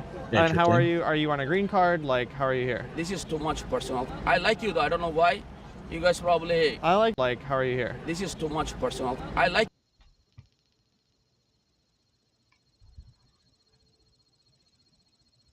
Interesting. Interesting. You though. I don't know why. You guys probably. I like you too. You say you wish you want to become leader of Hamas. Yeah, I wish. Here, right. That's Here's a automatic slight issue I deportation. have with that, is that there are leaders of Hamas that say when you see a Jew, slice their throat, cut their throat. Would you do that This too? is not. This is not. No, but that is what they Nate's a say. Jew. Look. There's videos of it, and I'm gonna show it. This is people make this one. No, yourself. no, there Like are videos of Like that. like some people that twist it. All right, twist this. وبدنا اياكم يا اهل القدس بالسكاكين امعطوا رقاب اليهود كلها هي تقف على العرق من هان 5 شيكل تشتري لك سكينه واضيه مضيها وهذا Whoa, على not طول slit the حزه neck. Do you want when they're cutting Hamas their to heads off disarm or not? completely. No. No, you don't. No. But that's part of the ceasefire agreement, is they got to disarm. Bro. Oh, speaking of That's the what we ceasefire want. agreement, the 20 living hostages were finally released, and Donald Trump was in Israel this morning, or Egypt, one of those two places, maybe both. You cannot meet 21 points. Okay, but that's a As pretty big- if that's you a like- that's if a you like that's a pretty minimum, important minimum, one. Then get the pass. But that's You an don't- you important- don't- that's- like out of 100, you don't need to get 100. Maybe if you get 80, you pass. Right? Shocker that mentality didn't work for him in business school, but honestly, that was genuinely one of the funniest things I've heard in hundreds of street interviews. Would you talk to an IDF soldier? Would you ever talk to one? I mean, no, never. No? You would never talk to one? I never get chance, yeah. You never had the chance? Okay. So you've One lived in second. America. He wants to be the leader of Hamas, and I want him to meet you. Oh my God. Okay. I was Miss Israel in 2021, and I was a IDF combat medic in the Damn military. right. And I was saving Palestinians' life, actually, and Hamas terrorists' lives. Part of our oath. Because as a medic, every Israeli medic takes an oath to save every person's life, no matter if it's my loved one or if it's my enemy. Actually, it's do the most good for the most people. So triage and treat. And whoever's in that, no matter what their nationality, triage is very important. That's a good job. Although I will admit, I did treat both. I'll stop there. We want to, for us, the value of life comes first, no matter who you are. Yeah. I do same thing. I believe that. Life is first. You say, I wish to be a leader of Hamas. Don't bring the She was same a combat bullshit. medic. So you want Wait, to you end her don't bring life? it up? Say, I wish to be a leader of Hamas. Don't bring the She same was a combat bullshit. medic. So you want to end her life? Now that he's standing in front of an Israeli combat medic and former Miss Israel, he doesn't want to talk about it?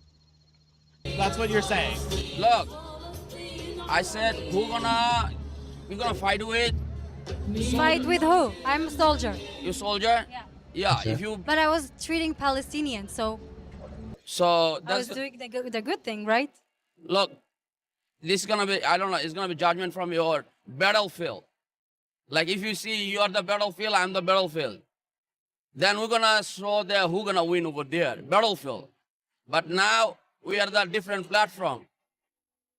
If it's the battlefield, like yesterday, this not ceasefire and the battlefield going on, probably we're gonna fight each other. If it's IDF versus Hamas, we're gonna fight each other, right? In battlefield. But we you don't understand? we You don't understand? we don't want to fight anyone. Yeah, that's why ceasefire come. Okay, so you like the ceasefire. Of course, this gun ceasefire is better. You We mentioned- want peace. You don't want to disarm Hamas, though. No, correct? no. Why? Bro, when you have both sides have arms off, that's better. Israel will gonna take off the arms over there. Okay, but the issue is It's Israel. gonna be I get it.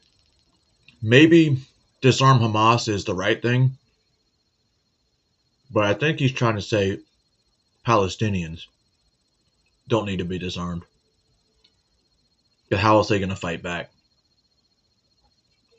Now, who's to say that Hamas won't say, "Oh, yeah, I'm just a regular Palestinian"? You never know.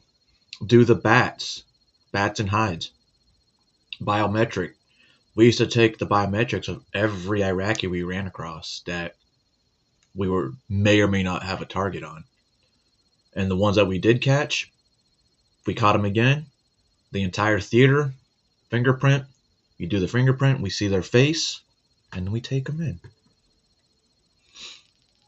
If Hamas do that, for Israel it's going to be very bad. You know why? Over there have Jordan, we have Syria, we have what is called all countries, Arab countries. If it's getting together, there is a tiny Israel. They can take over any day without your American help. Do you understand? There is all Arab countries. They will take off your. There is Afghanistan, Pakistan. They are ready to take off your all country. Boom. Okay. So don't disarm Israel too. Do you understand what I said? Why are you getting so angry? You want Israel to disarm, correct? No. You don't want Israel. No, don't disarm anyone. Then they will take off all. They will take out. I get it. This dude's probably from Palestine or whatever, but he sounds like one of the Indians. And I'm not talking about the whoa. I'm talking about like a push button Indian that, from a call center. All, do you understand? Relax. From Tel Aviv, down Manhattan, one. Relax. I don't. You cannot realize me that this fucking critical question. You bring it to me on the table. How are you gonna be? There is gonna be no Israel. Wallahi. You want to be the leader of Hamas, and she was on the other side, and I want you to be able to have a conversation with her rather than kill each other. It'd be nice for we to talk. No. This is the Hamas. If you want me to, I'm the Hamas. It's gonna be source and neck. Do you understand? Yeah, I am. Source and fucking neck. So you cannot act like a battlefield. What's going on? So you would rather sword and neck than have a conversation with her? The political is not gonna work though. I don't think I dealt with Palestinians in my life. We don't want their land. Not Palestinian, Pakistani. Listen, I know we were close want to the Pakistan border, but we only flew over. Nothing about meeting Pakistanis. Wrong. I did know one Pakistani, but she was an American. What's up, Dominique? And we never wanted, that in 2006 we gave them the land. You're the only Pakistani and instead I of making it into a beautiful society, they just chose to fire rockets at Israelis every single day. So we don't want the land. We never wanted it. I know. We have fun. Yeah. I cannot Israel believe doesn't that. want the land, but Bibi said something different. Or Ismail Haniya. You want to be like them? You bring me like this position, talking about it. Now I feel like, oh my God, wallahi. Because it would be such a blessing if you were the leader of Hamas. Of course. May Allah accept it. My only question to you after that conversation is, do you think Mohammed Hussein should So be in she this still country? had that Next up, word you see here. that Noah and I are about to interview this protester Most when likely this still happens. had that. Could we do an interview? Is that accent. okay with you? He said he's okay with it. Why shouldn't he talk? Why shouldn't he talk? Okay, thank you. Oh, if they own a car dealership, that means they can You want to talk. talk about that? He can talk. He wanted to talk, and you prevented it. Why? Why did you prevent it? You just prevented me from doing my job. Why? This is a job? Yeah, it is. And your job, it would seem like, is to be an escort, which is illegal in New York City, as I'm sure you know. Well, not if Mamdani gets in office, so we know who you're voting for. When you're not selling your body, you're tearing down hostage posters of kidnapped Israelis. You're just a model citizen, aren't you? To any authorities who are curious about this individual, Is that a this guy? is her with one of her many usernames. You blew smoke in my face, literally, and now the world knows the truth. Have a good day. What did you think of the ceasefire deal? What did you think of it? Yeah, that's disrespectful. Why are Don't you smoke. here if you don't want to talk? Do you want me to look into? You know? Follow us around because we're gonna move around. I'd carry a fire extinguisher around, and I'd be like, "Oh, you blew smoke in my face. There's a fire. Time to put it out." Granted, that fucking, if it's the dust one, oh my God, it's terrible. One, it stinks. Two, it just lingers in the air and it gets in, and like it's very unenjoyable.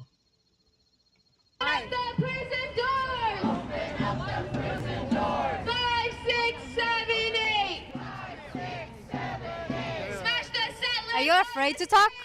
I think he is. You disgust me. Why? This act. Why? Just have a conversation with somebody.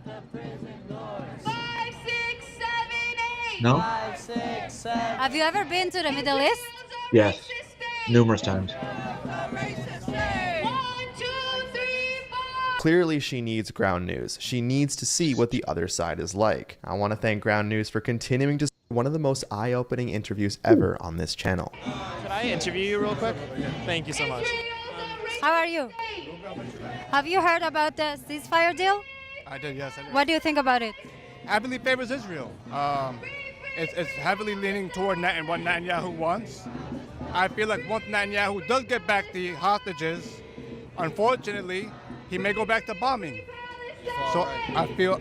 Here we go again. This guy walks by and whispers, he's far right. Look, I think we can all agree, thanks to people like him, the term far right has lost all meaning. But since he tried to prevent our interview, let's talk about him. Here he is burning an American flag. Can I call you far left for that? He goes to a lot of protests, just different leftist causes that in reality don't mesh very well. I'm sure I'm in his phone as one of the people to prevent from talking at a protest. Now luckily the guy we're interviewing didn't care that we may see the world differently and is going to try something crazy called a conversation. I feel like at the end of the day, it favors Israel heavy and it undermines the Palestinian cause, which is liberation. How do I feel about it? I don't care who wins or who gets the best deal out of it. It's a deal. It's happening. It's happening. For the Palestinians, actually, it already happened. Israeli and American apartheid. That's how I feel about it. Do you want to introduce yourself to him? Hi, how are you? I was Miss Israel, so I represented Israel in Miss Universe competition. And I was also an IDF combat medic, so I was treating Palestinians that got injured. And I was actually treating Hamas terrorists that got injured. Because as a medic in the Israeli military, you take an oath. We literally had a separate hospital in Iraq for detainees, combatants. So we had ours, and then maybe 45 minutes on the other side of the airfield, we had theirs. It was run by us, because obviously they're detainees, but I can't remember. It was down the street from Stryker, but I can't remember what it was called. To save every person's life, no matter if it's your loved one or if it's your enemy. Because the value of life for us, when we go to the military, they teach us value of life, no matter whose life is it, comes first. 100%. That's true, and that goes for any human being around the world. Yeah. Could be an Israeli. I'm Middle Eastern. I'm Lebanese. So if I had to save an Israeli, I would do 100%. Because at the end of the day, a human being is a human being. Yeah. However... Sorry, I can't help myself. You see Veronica just patrolling around in the background. Yeah, she was one of the people who tried to stop my second interview with Mohammed. How you doing? Good. How are you? Don't twist it. Yeah, she's an actual communist, and she's all over the place protesting now.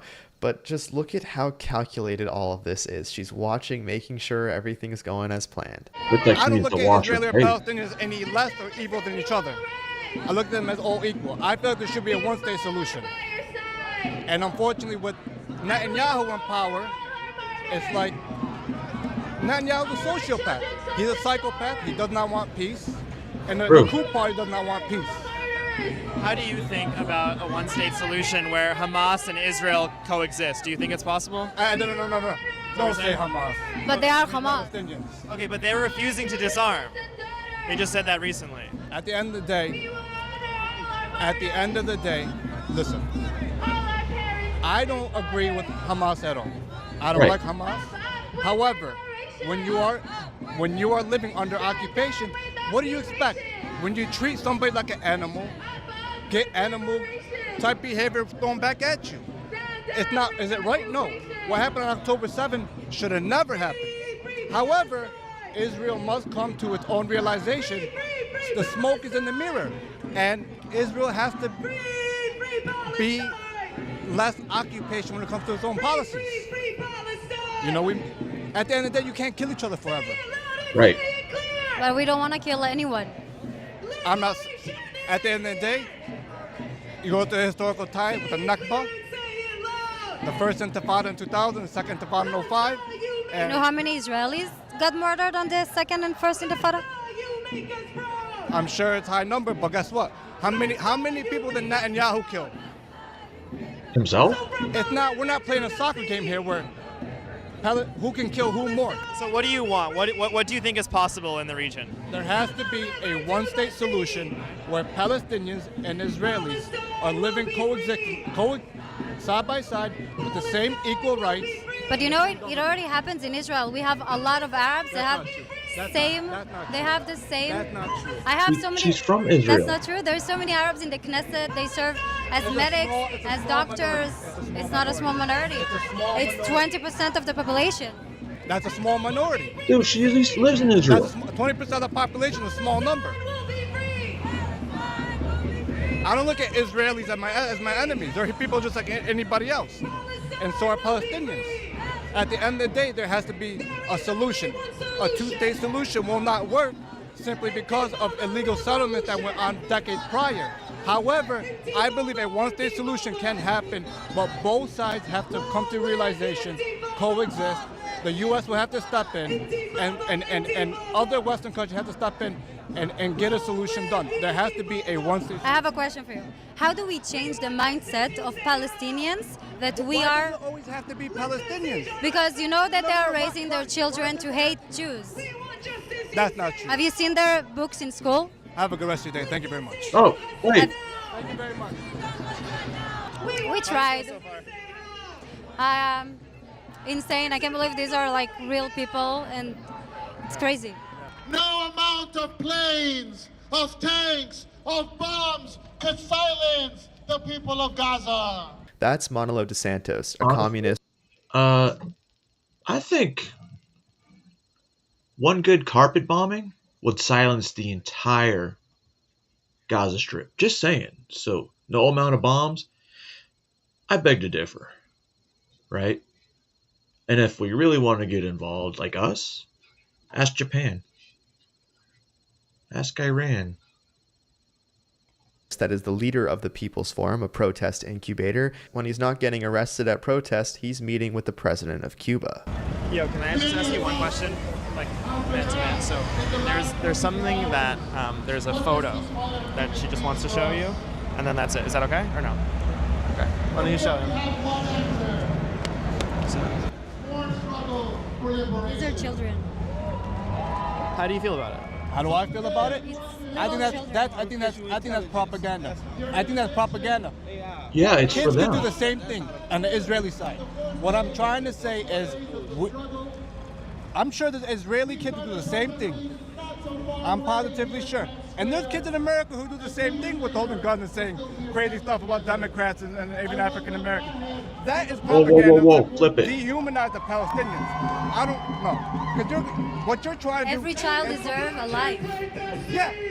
And Palestinian kids deserve a life too. Yeah, but they're being brainwashed to hate Israelis and to join Hamas at a little age. But Israel was bombing. That's why when you turn 18 in Israel, you are forced to join the IDF. No, we Is that have right? to because everybody wants to kill us. Yeah. All right. Okay. Yeah, we are a tiny country. Everybody wants to destroy All us. right. You do know most countries on the, I guess, Western Hemisphere, a lot of them have mandatory service. Maybe a few of them. Yeah. How about, why does it always have to be asked from a Palestinian perspective and not an Israeli perspective? Why is it always... Why? I'll tell you why. Because people that consider themselves of Israeli Jewish descent are not real Jews. Those are people that established themselves in a region after 1946. And in 1948, they finally got recognized for having a piece of land. And now they want to take a political belief and hide it behind religion. And what you're not going to do is hide religion. Listen, what you're not going to do is take politics. Europe, Austria, 6 months only. Wow, that's no time at all. Belarus, men only, and you have to serve 12 to 18 months. This is like a jail term, huh? Croatia, men only, brought back in this year and hasn't been determined how long. Denmark, men and women starting July 2025, 4 to 12 months. Estonia, men only, 8 to 11 months. Wait, how many of these in Europe? Okay, cool. Finland, men only. Dude, you only have to serve 165 days in Finland. That's kind of pointless. Lithuania, men only, 9 months. Moldova, men only, 12 months. Serbia, men only, for 75 days. Sweden, both genders, 9 to 15 months. Switzerland, men, 18 to 21 months. Turkey, men only, 6 to 12 months. Ukraine, men, holy shit, 18 to 60, indefinite, during wartime.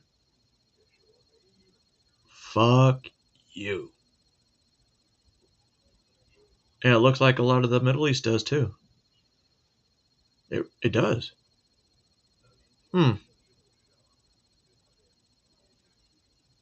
Crazy. I don't know why I went off on that. And hide it behind religion. And that's what we're not going to do. No one's doing that. That's what we're not going to do. That's the first thing we're not going to do. Of Jewish supremacy in the Middle East. That's what we're not 100% given. I'm Lebanese. I'm Middle Eastern myself. I don't hate nobody. I don't hate anybody. I don't dislike anybody until you tell me wrong. But however, I have a personal theory. The Middle East would be a better place if this situation is solved. And how do you do it? Possibly a one-state solution. I'm not a politician, but Israel and Palestinians can live side by side, but politics don't want it. So what brings you here today? We'll finish with that. What brought you here today? I don't like that the U.S. funded a genocide. I don't like that the U.S. committed inhumane war crimes in Gaza. They gave Netanyahu a blank check for 2 years to bomb innocent kids. And on top of that, this Trump peace plan is shit. It's heavily favored in the Israeli side. And on top of that, it continues the apartheid. It continues the occupation. Go to the West Bank. Go to Hebron. And yeah, but it ends the war. Now real negotiations can start. The West Bank. It's segregated. What would you change about the deal? What would I change about the deal? Listen, I was in school studying social work. My mind is trained to solve the root problems to have a solution for root problems, the root of all problems. And the root of this problem is the lack of Palestinian liberation, dignity, and rights. That's how you solve the solution. I appreciate it. Thank you. What's your name? Hussein. My name's Nate. Nice to meet you. Thanks, man. Thank you so much for... I mean, real Muslims believe in peace. Real Muslims. But it's okay. I think from a...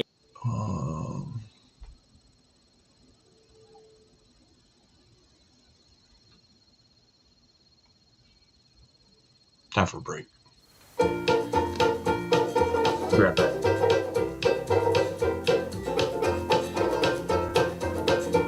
I tried, and I tried even more. I cried, and I can't recall what for.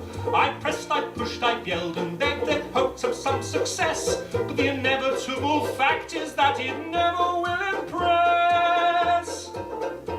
I've no more fucks to give, my fucks have runneth dry. I tried to go fuck shopping, but there's no fucks left to buy. I've no more fucks to give, the more fucks I've tried to get. I'm over my fuck budget and I'm now in fucking debt.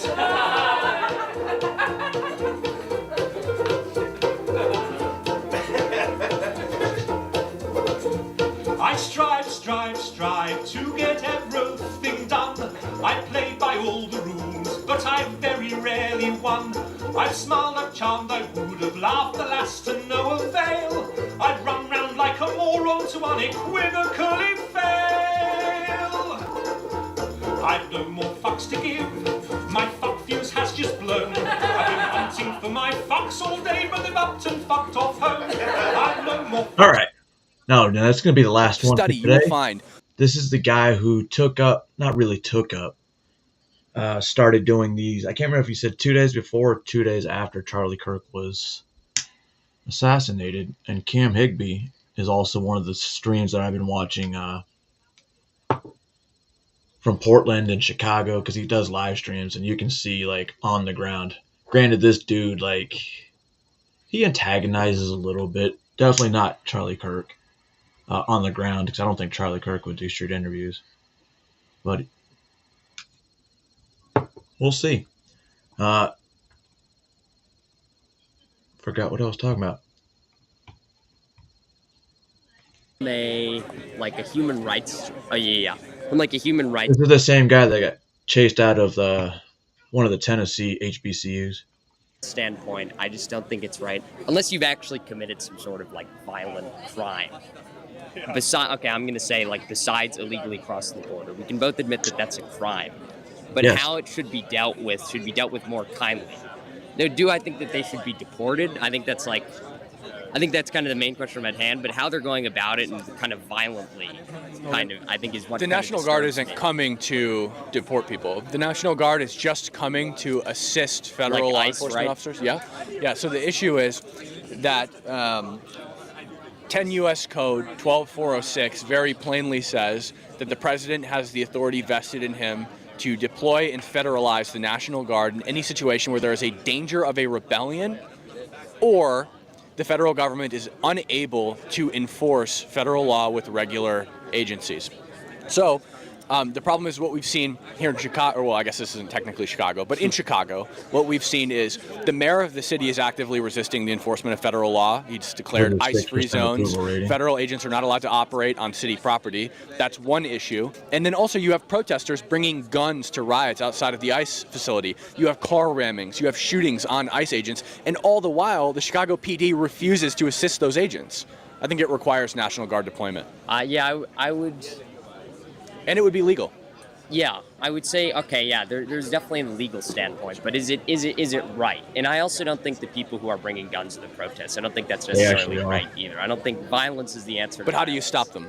How do you stop them? Yes, clearly it's not working. It happens every day. How do you stop them? Well, maybe from like a human rights standpoint, maybe this says something more about like how people feel about what the president is doing. Like, do they think it's just? Well, I don't care how you feel about what the president's doing. It doesn't give you the right to shoot at ICE agents. Oh, I'm not saying it gives you the right to. But and obviously, I'm just trying to say, like, maybe that's a reason why they're doing it, because they feel. But do you hear how it sounds like a justification? And then also. Okay, fair enough. And then also, the issue is, if it keeps happening and the amount of agents currently present in Chicago is not enough to stop or deter that, something's got to give, and the president legally has the authority to deploy the National Guard, and thus he should. You have gang members in Chicago right now putting bounty. I believe he was also there yesterday, Donovan.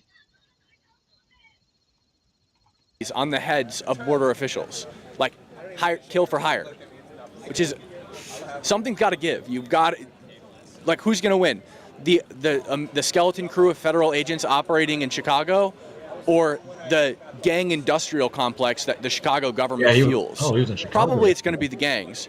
So I say the military is the only solution to that problem, and the president legally is able to do this. I mean, I feel like there's got to be somewhere in between where it's like, oh, it's either A or B. Like, that I don't think seems so. quite binary. It's proven to work. It seems incredibly binary that it has to be like. I think there's space in between that where it's like. I don't think so.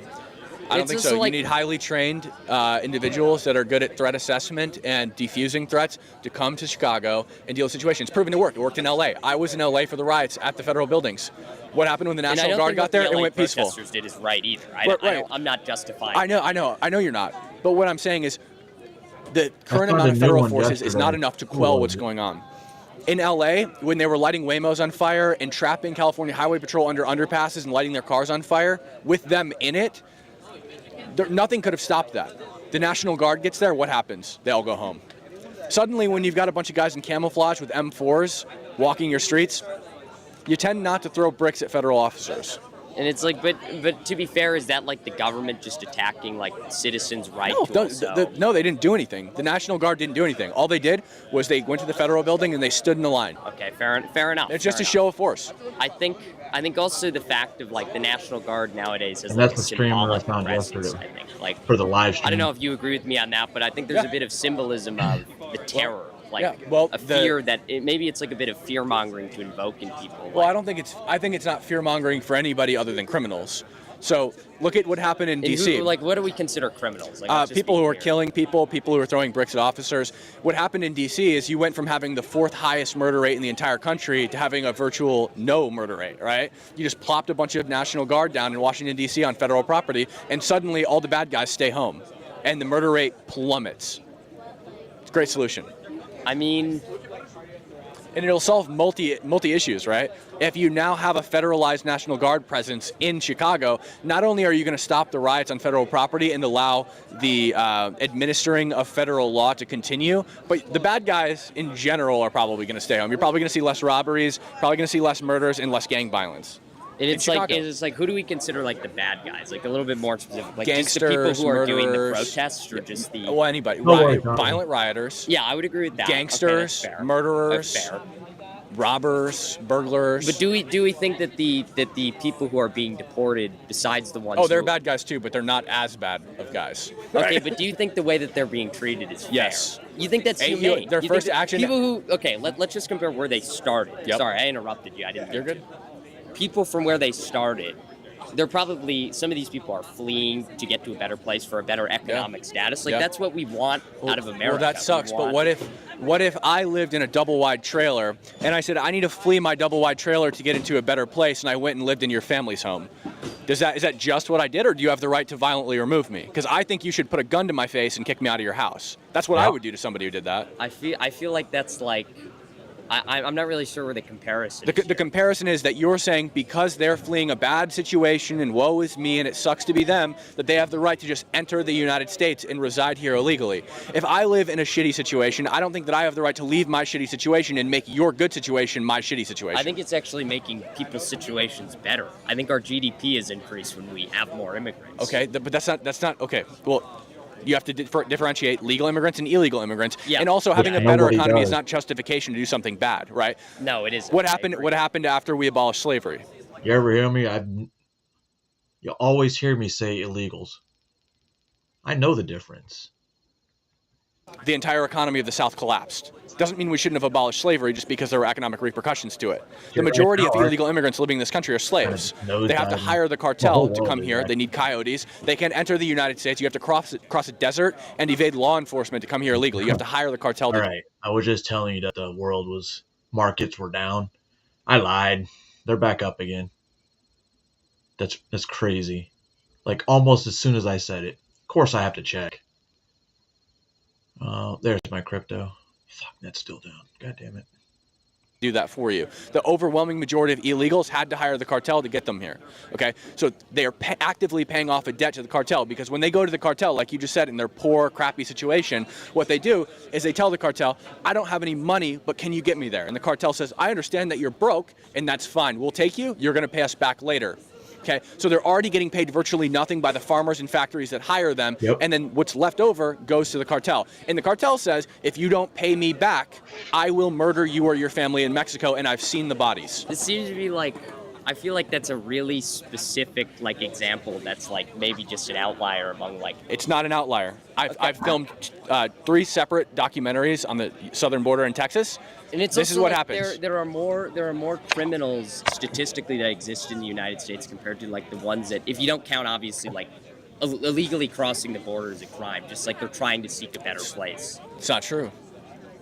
Illegal immigrants disproportionately commit crime. If you look at Kinney County, Texas, there are more crimes committed by illegal immigrants in Kinney County, Texas than there are people living in the county. You look at El Paso, Texas, it's about 46% of all crime are committed by illegal immigrants. When you look at counties that have a lot of illegal immigrants, they disproportionately commit crimes every single time. And again, 100% of them are criminals. There's no reason why we should exclude their first action entering this country being blatantly disrespecting and disregarding the laws of this country and spitting in the face of every legal immigrant. They're just as human, just as anyone else who walks Wait, so you don't think that it's disrespectful to walk into a country and violate its laws? Because I do. Well, it's also like it's one law, and I think they're also trying to just make themselves like a better life. That's cool, but again, if I want to make myself a better life, that doesn't mean I have the right to steal from you. Yeah. But we're not. What are you stealing when you're crossing the border? Well, we can start with, according to the House Committee on Budget, the net fiscal drain of an illegal immigrant is $70,000 per person. So that's number one. They drain $70,000 per person from the U.S. economy. That's taxes paid minus social welfare used. So they are stealing from us, but also they don't have a right to come into our space illegally and occupy it. That's what they're doing. I don't have a right to leave my bad house and go to your good house and occupy it. Yeah, and I also think like, okay, like I think Personally, I guess if it was just me, like, I wouldn't really have a problem with that. But I do agree. You wouldn't have a problem with somebody entering your house and staying there illegally? Okay, but I don't think that's like all scenarios. No, I'm just saying, would you have a problem with that? Would I have a problem with that? I can't believe you even have to think about it. Yeah. I mean, it's also if somebody walks it's a human being. If somebody walks, let's put it this way. If somebody walks into my house without my permission, they're going to be shot with a 12-gauge shotgun. Okay. Every single time. You don't have a right to walk into my house where my family lives and decide you're going to set up camp. I don't know who you are. I don't know what you have on you. I don't know your intentions. I'm going to shoot you. I also just don't take violence as my first action. That's just me morally. When I have a woman behind me that I need to protect, I do take violence as my first option. And when the government, it's the same situation. When somebody comes into this country without permission, we don't know their intentions. We don't know what they have on them. We don't know what they brought here because they entered the country without inspection. The government is me standing in front of my girlfriend. They're standing in front of their people, protecting them. And that's why those people get deported and taken out. And it's just like... they actually meet them with less violence than I would meet somebody with. I think that there's a bigger issue with this is that, like, a part of it, too, is I don't know if you agree with me on this, that citizenship needs to be easier to get. No. I could not agree less. You don't agree with that? No, it shouldn't be easy to be an American citizen. No, why? Not at all. Why should it be easy to be an American citizen? Because if it was easy to be an American citizen, everybody would be one. Right? We can't take in the world's population. It needs to be difficult to be a citizen here. And by the way, it's not difficult to get permanent. As of right now, it's not difficult to get permanent residency here. It takes less than a year. And then once you're a permanent resident, it takes 5 years minimum to become a citizen. I feel like having citizenship would also lower a lot of the problems. And it is a more humane way of treating this, where it's like, okay, there wouldn't be, do you think there would be like less illegal crossings if citizenship was easier to apply? So if somebody wants to come into my house and take my things, I don't say, well, I could solve the problem of people robbing me if I just went out into the streets and gave things away, right? I don't solve crime by giving to the criminals. So we're inherently believing that the people who are entering the country are like trying to be criminals or trying to. No, it's not that they're trying to be criminals. They are criminals, and they actively tried to get there. Everyone who's entered this country illegally has violated 8 U.S. Code 1325, improper entry by alien. It's been federal code since the 1940s. Let's remove the fact that it's an illegal immigrant. Why would we remove that? From a moral standpoint. Why would we remove that? They're a human being. Yes, they have committed the crime of illegally crossing the border. We can both agree upon that. But other than that, what have they done wrong? Like, what have they done wrong? Like, what have they done to harm you specifically? Yeah, okay. So let me just give you like a quick analogy. When I go to bed at night, what do? Sleep. Lock your door. I close my door, I lock it, and I put a loaded gun on my nightstand.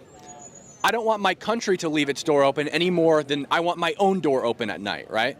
We don't know who's coming here. There are national security risks. There are net fiscal drains on the U.S. economy. And they're also bringing things into this country that we don't want here and that are illegal here. Like there's enough opiates smuggled across, enough fentanyl smuggled across the U.S. southern border every single year to kill every single American by overdose. Furthermore, we don't know what guns they're bringing here, right? You guys want an assault weapons ban, right? You cross the border without inspection, you can bring anything here. I mean, you don't know like anything that anybody here is bringing.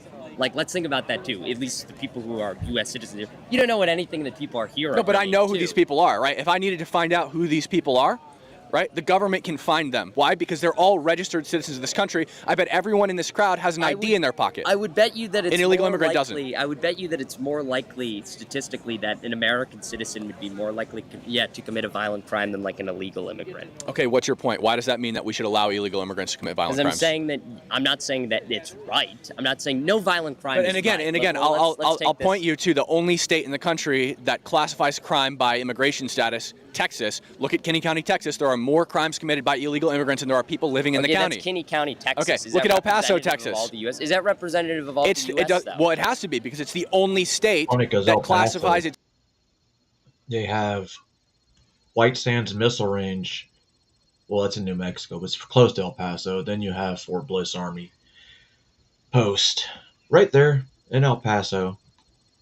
And, like, how can you tell me that wasn't a security threat? I believe it's Juarez. Arrest data by immigration status. No other state does it. None of them. It's just Texas. Any study you will find about immigration and crime statistics in the United States will be all sourced from the Texas Department of Public Safety. All of them. Because they're the only police department that classifies their arrest by immigration status. And it's probably much more disproportionate than Texas can determine, because the only way they know a person's illegal is if the federal government has already arrested that person and deemed them an illegal immigrant. So there are probably lots of people who haven't been arrested by the federal government that are illegals that Texas just can't determine are illegals. In what type of crime is it? Is it specifically that they've illegally crossed the border? Or No. It's crimes on top of 8 U.S. Code 1325. Okay. Fair enough. I would say that's a fair point. But I think again, like holistically from what we're looking at here, I'm still willing to bet statistically across the country that a U.S. citizen is more likely to commit a crime. Well, we don't have any data on that, so you can't prove that. But either way, it doesn't disprove anything I'm saying, because it doesn't change the fact that we still shouldn't allow our door to be open. Again, I don't leave my door open at night. We're under this presupposition that it's like that. Even if my girlfriend is more likely to steal my candy while I'm sleeping, right? I still don't leave my front door open. Yeah, and I'm not saying leave your front door open. Well, the front door of the country was open for 4 years, and it's what you're arguing for. I feel like this is also like it's a human being, and it's not like no one's allowing you. Oh, let me just open your door and let me open. Let's try this route. Let's try this route. Do you believe in border laws? Do I believe in border laws? Yes. Yes, I do believe in border laws. You believe there should be a border? I do believe that there should be a border. Okay, and you believe that the U.S. government should vet who comes through that border? Yep. Yeah, to some extent. So if deportation is not the consequence for violating the border law, because we have one. One second. Let me finish the question. Yeah. We have 8 U.S. Code 1325, improper entry by alien, which is a law that says it's illegal to come into this country without inspection or permission of an immigration official. It seems like you support that. So if you don't enforce your laws, you don't have laws. So what I would ask you is, what consequence do you think violators of that law should be given? I do think that there should be some form of deportation, but the process should be much more kinder and much more humanistic. Like what? We give them a lollipop and a sandwich and send them on their way? Or? Yes. I mean, that's like going 100% one way and saying like, what do you think should be kinder? Like a black and white issue is if like, oh, it's either this or it's that. What do you think should be kinder? There's always a gray area. What do you think should be kinder about the situation? I think it should be kinder. I just don't think the fact that they're a human being. I also just don't assume naturally that their intentions is to harm. Every time I hear them, they're also a human being. And I'm like, would your argument be the same against a pedophile? Would it? A rapist? Because by your argument, they're still a human being. But they're not. They're lower than that.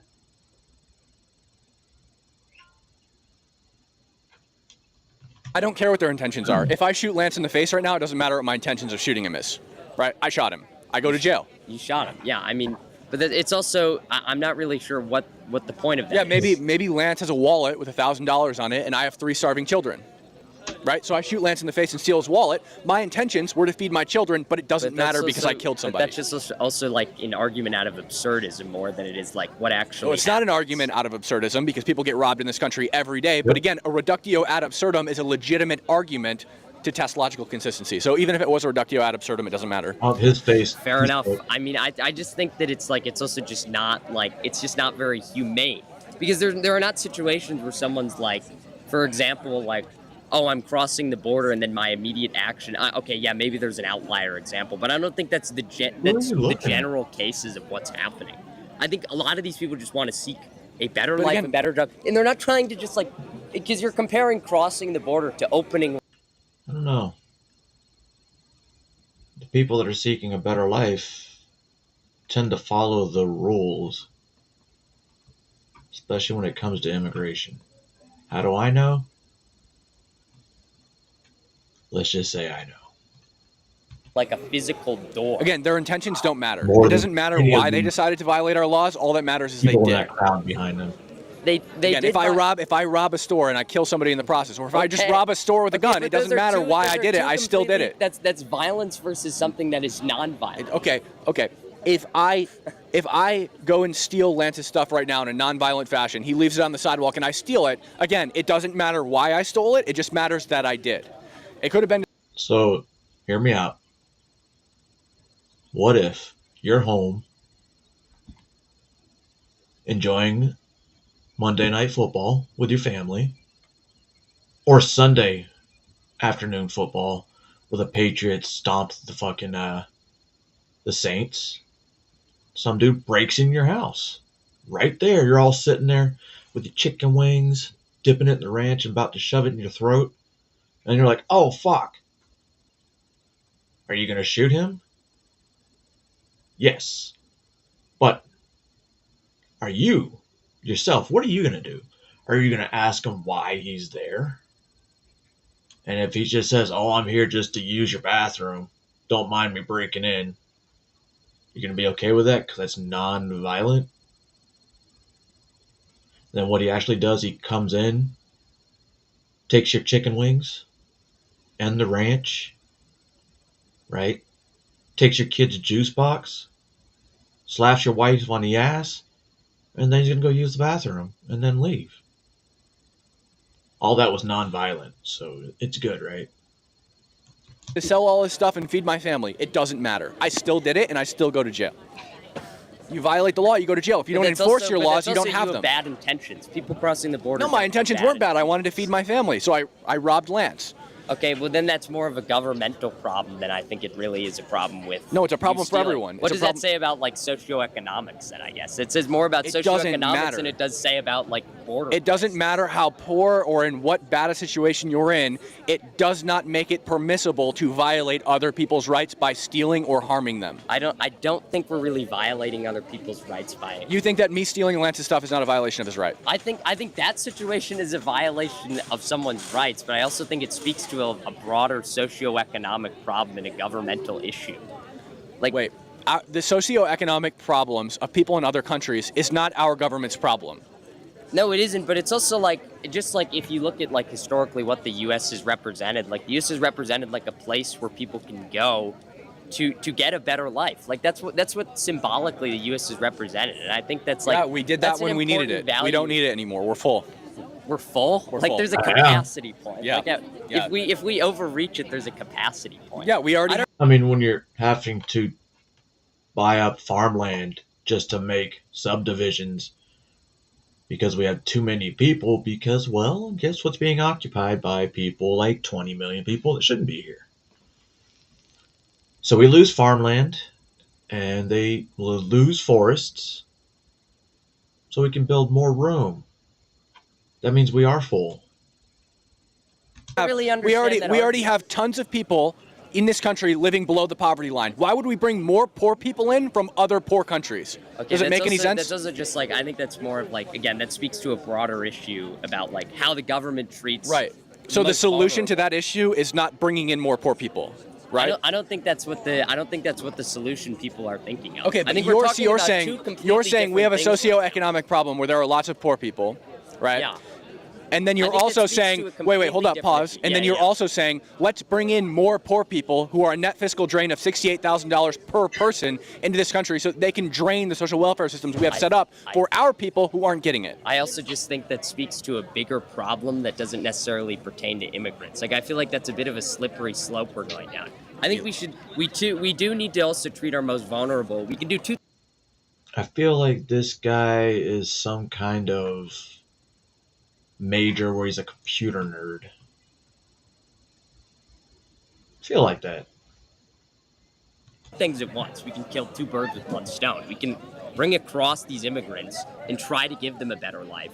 Why? Well, why? Why? Because it's human. They are human beings. Okay, so if we go by that standard, there are several billion people in this country living below the abject poverty line. Yeah, I think that's we don't just bring them all in because they're humans, right? I think that's we don't have the capacity to take in 2 billion people. We're talking about two different things. That is a problem. But you're saying we should just bring in anyone because they're people and they need a better life. Yeah, doesn't make any sense. That's a great policy. Right. So there are 2 billion people living in poverty in this world. You can't bring in 2 billion people to the United States. Well, no, 2 billion people also aren't asking to live in the United States. Do you think that 2 billion people would deny the offer to come live in the United States? Because I don't. No, I don't think they would. But okay, there's great. also a lot of political and like different factors. So do you see the problem with your reasoning? Just bring in everybody. Bring in everybody because they're people. It doesn't make any sense. I mean, what do you mean? It's not practically possible. Sure, it's not practically. The country would collapse. Sure, and that's why I'm also saying that there needs to be like more government intervention Whoa. on like treating Whoa. the people who are most vulnerable in the country already. Right. And you can't do that when you import a bunch of poor people. Yeah, we can't control the Fair enough, socioeconomic fair circumstances of people in other countries, nor should we try. Who the hell needs more government? So those people can't come here. You don't violate the laws of this country. If you violate the laws of this country, you're out. But we're and also, acting- you're we're acting- spitting in we're the acting face like- of legal immigrants. And we're acting like that this is like, oh, they're people like oh, they've really done this evil, immoral action, like by crossing the border, looking for something I better. never said it was evil or immoral. Then why are we being so forceful? Why are we Because being so if you have laws, and you agree with these laws, by the way, you have to enforce them. If you don't enforce those laws, they don't exist, right? If you fail to enforce your laws, they don't exist. Yeah. And so if we don't enforce the laws that require our government to deport illegal immigrants, people who have violated federal code, right, the law doesn't exist. And so it has to be enforced evenly and equally. Anybody, I don't care how long you are here, I don't care how old you are, abuela, you're gone. Adios. Yeah, and I think a part of it for me is like, okay, there's got to be like a bit of solvency. Like for example, I was hearing a case I have a good example. Say, for you will, let's say, right? Got married, right? And my wife had a green card, and they're like, oh, something's wrong with the green card. We're going to have to deport her. I'd be like, thank fucking God. I've been trying to do that for you. Oh. Too bad. I had It's too late now, right? Now I'm stuck with her. like this guy, the father was like, he must have been illegally here, but he had a son with 3 Marines and he's been living in the country for over 30 years, and he was taken away. Like, is that fair in like any way like imaginable? Like, you think Yeah, that's I think so. right? Like, I think he so. had So 3 let's Marines change the who served, circumstances. dedicated to this. Yeah, country. let's change the circumstances here. Okay, yeah. So this guy, instead of violating 8 U.S. Code 1325, improper entry by alien, he killed somebody 30 years ago. And then he had these children, he leads a great life. Would we say, when we find out that he's the killer, would we say, but he has a great life and 3 Marines? No. Someone and it's an analogy. They don't have to be the same, and they're not the same, right? But we don't stop enforcing the law just because somebody has decided. The analogy doesn't I'm work. not done. Okay. What would be interesting? What if, hear me out, what if in order to serve in public office, right, you have to have served at least 3 years in the military? Fuck it, 4 years. Because you make it past 4 years, you're either going to finish out your term or you're going to be a piece of shit and get kicked out before that. Think about that. Think about that. There'd be less war. Right? A lot less bullshit. What's Starship Troopers? Service earns citizenship. I think that's what they say. We don't stop enforcing the law just because after breaking the law, somebody has decided to do something productive with their lives. They still violated the law, and it doesn't matter. There's levels of law.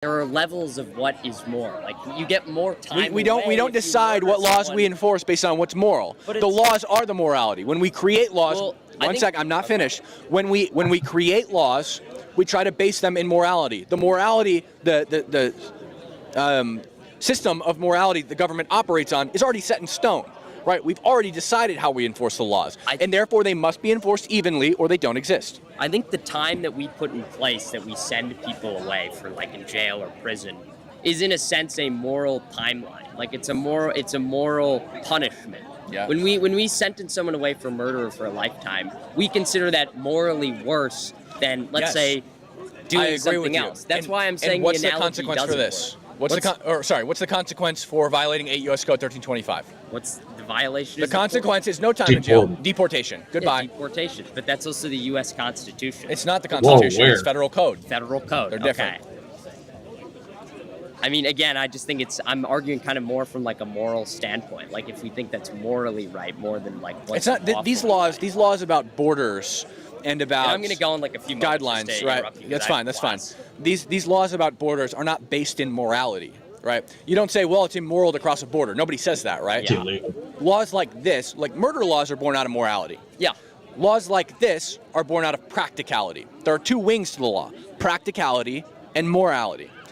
Laws about borders are not born out of morality. They're born out of practicality because we realize that there are countries who don't like us, and we can't just allow them to send people over here willy-nilly without us vetting those people first. Yeah. Furthermore, we also can't allow endless amounts of drugs, weapons, etc. to come across the border. We can't allow cartel gangs to invade this country because you best believe that if they had their way, they would also be slinging drugs in the United States physically, right? Not just shipping it over the border and having distributors send it out, right? You bet your ass they'd be here killing people. We can't let that happen, right? It's born out of practicality because the government has an obligation to protect its people. Yeah. Nice to meet you. Yeah, You have nice a to great meet you day. too. Thank you. If You I too. had to say anything else, like I believe maybe the law should be more of blending of practicality and morality. Yeah. So you have a great day. Thank you. You too. Have a good one. Be safe. Well, this was Hi. How's it fun. going? Good. How are you? Good. Step a little closer to the mic. Good. Hi. Hi. You how's it know, going? it's funny when I see, oh, Islam this, Islam that. You know, it's a good thing you live in the United States. Because in a lot of the Islam world, you wouldn't be allowed to talk to him. Let alone walk up there. I'm good. How are you? I'm great.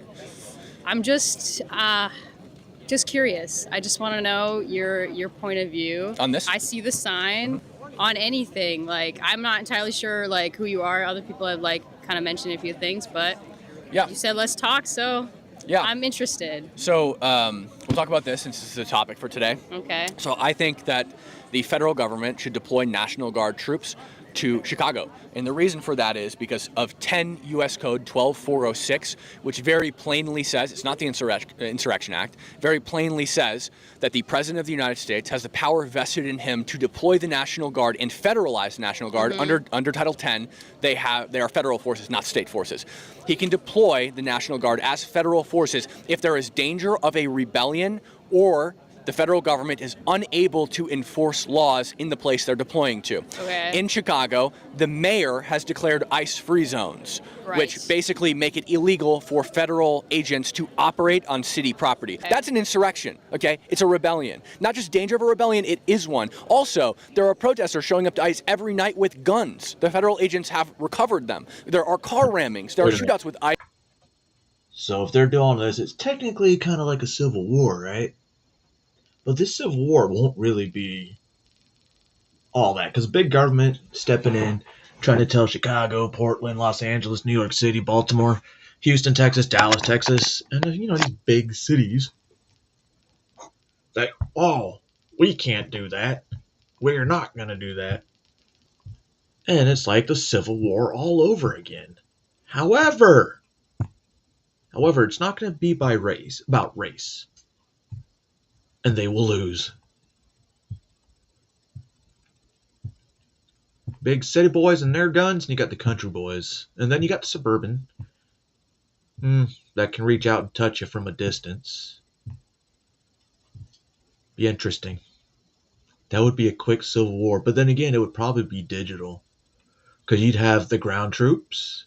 And then you have the people, you know, the cyber guys and stuff like that. You know. And the Chicago Police Department isn't doing anything to stop it. The Chicago Police Department was specifically instructed not to respond to a shooting on ICE agents in a car ramming. I think all of those things add up to what is effectively a rebellion, and then also make it impossible for federal agencies to enforce federal law, and thus reinforcements must be sent to restore order and allow for federal law to be enforced. So when it comes to the operations of like ICE, what are your thoughts on ICE? Also, I don't know who you are. If you could tell me what your name I'm Cam Higbee. Yeah. Sorry? Cam Higbee. Nice to meet you. I don't shake hands with That's men. fine. Sure. But religious reasons. Oh, okay. I But understand. I understand. So what's your name? Sorry. Cam Higbee. Islam. Can't touch him. Higbee. Yep. Where are you from? I am from New York, lived in LA for 2 years, and now Seattle. Okay. Before I ask you about ICE, I just want to know why, like, what set you on this path to like come to college campuses and talk to students, and what do you hope to accomplish? Yeah. So obviously, Charlie Kirk was tragically killed on September 10th. So you're like the next. No, I'm not. Charlie Kirk is irreplaceable. There will never be a next Charlie Kirk. I am simply out here to show the left that we are fearless in the face of violence, in the face of death. And I'm also out here to show the left that they can have conversations with me. I assume you're probably left-leaning. We can stand across from each other.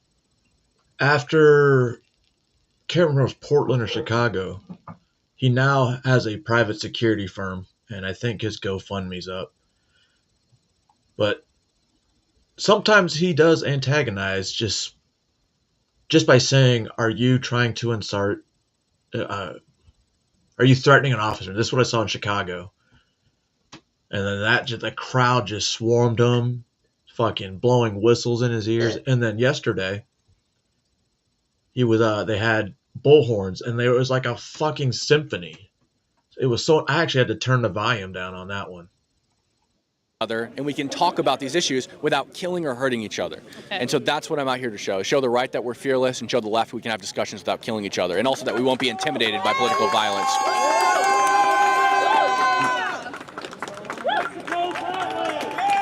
Film it, Lance. Film it. Film it. Okay. So I would say as a regular citizen, one might say, I'm not like politically affiliated necessarily. What do you mean regular? I would say the main thing that I think of when it comes to issues surrounding, ICE agents picking people up and all of these things is it seems like it kind of impedes, state autonomy in what you're saying, like, historically states have had the ability to enact certain rules like the mayor did in this They don't have the authority to do that. They do. They No, do don't. have some authority. They do not. The federal government, federal law is supreme. States cannot violate federal law. Yes, I So understand that. But 8 U.S. Code 1324 is aiding and abetting an illegal immigrant. Declaring an ICE-free zone and sheltering illegal immigrants from federal action is a violation of 8 U.S. Code 1324, and the mayor of Chicago should be in jail. Okay. So I just want to ask you about empathy. Where do you think empathy like plays a role in this? Because as someone who has seen videos of ICE agents ripping parents away from their children and from their families, when it's common knowledge that the number one reason that people flee. Have your parents been ripped away from you like that? Not just seeing the videos, because then you have no empathy. You have no empathy. Their homes and come to America in search of safety and for a better life. Yeah. And so, that's I'm sure you've heard that before. So what are your But thoughts you're a on that? regular 'Cause as a human being, I feel empathy for Maybe that's why she said regular citizens, because she was born an American citizen. That makes sense. So she has no idea. people who are going through something like that. And to me, it just seems that, ripping them away from their families and throwing them back into, whatever, mess the U.S. wants to throw them into is, it doesn't sit right with me. It doesn't look right. It doesn't feel right. Yeah, I think that Trump has actually Can done. I say one more thing, Sure. please?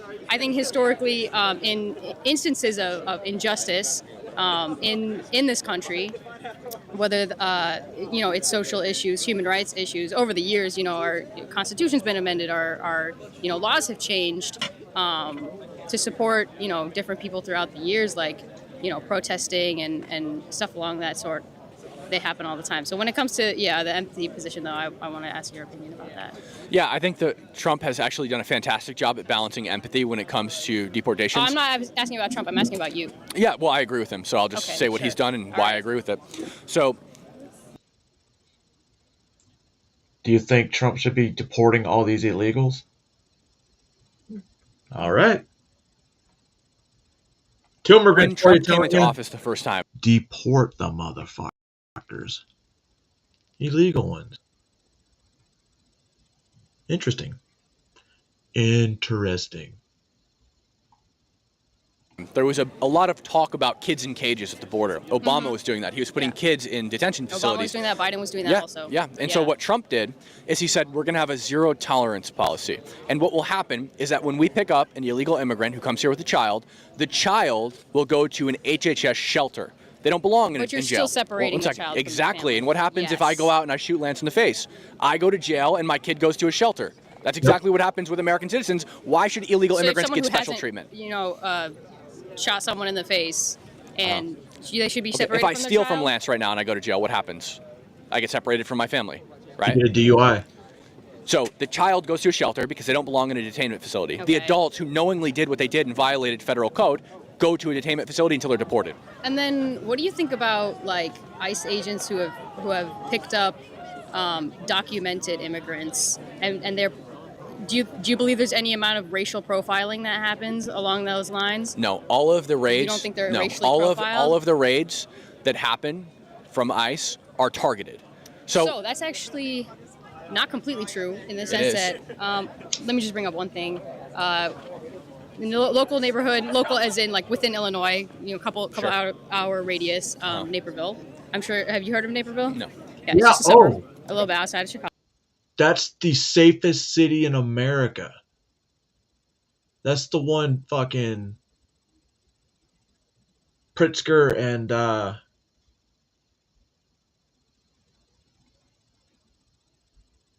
what's that retard's name? Johnson. That's what they used to say, we're the safest city in America. Because are you in Naperville, 30 miles to the west?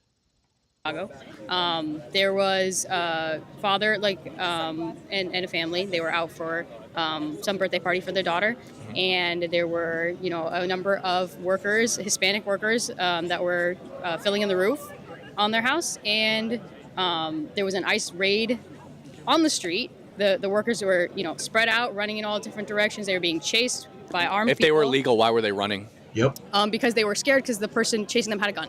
So I think that's a fair Right, thing. right. So when I haven't committed a crime, I don't run away from police they were, officers. ended up being, yes. It actually sounds like the dumbest thing you can do in that situation. So when somebody has a gun, and historically, people have been profiled for Not true. You're more likely to be struck Can by I- lightning can in this I- country than yeah. you are to be shot and killed by the police, regardless of your skin I'm color. not even talking about the police here. I'm just talking about ICE. ICE primarily targets Hispanic Are people. ICE police officers? Yes. Okay. You know what? I'm just thinking about this.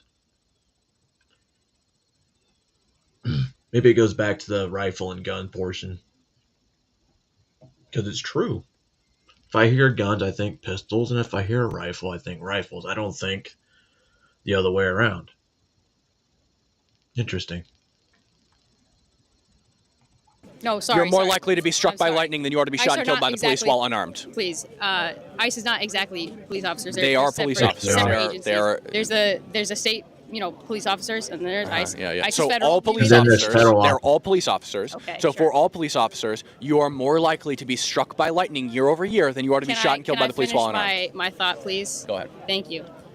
So, in this particular instance, it's on the news. If you want to look, ABC7, Eyewitness News, they have an interview with the man who employed those workers on his Right. roof, and he said all of them were documented. They come from a credible organization that hires people to do the roofing work, Okay. and it was, they were targeted racially. Just seems like the only explanation to that, because So what happened to them? ICE agents never target anybody due to their race, and they're all targeted because they had evidence. Then why did that happen? So is there That happened any very close to is where there I live. any evidence outside of the guy who illegally hired illegal workers He saying they weren't illegal? That's what I'm saying. No, yeah, they. What's the they other reference evidence? to What's the other evidence? I didn't pull up the Pull it article, up. but if you Did he have the Because documentation? I would wager to guess that the guy who violated the law by hiring illegal immigrants probably is also going to say no, they were totally legit.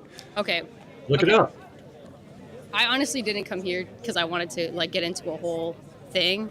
I really wanted to ask you about the empathy aspect of it. Do you not feel some kind of anything when you see people being ripped away from their kids? If Do you not somebody feel for if the somebody children? walked into my house, Uh-huh. they're going to be met with the barrel of a gun, right? Oh, really? So, yeah, people aren't allowed in my house without my permission. Okay. I also think that people shouldn't be allowed in my Why do country people without think my that's government's odd? permission, Okay. right? And when they come into this country illegally without the permission of my government, they should be deported, just as I would deport them from my home had they entered without my permission.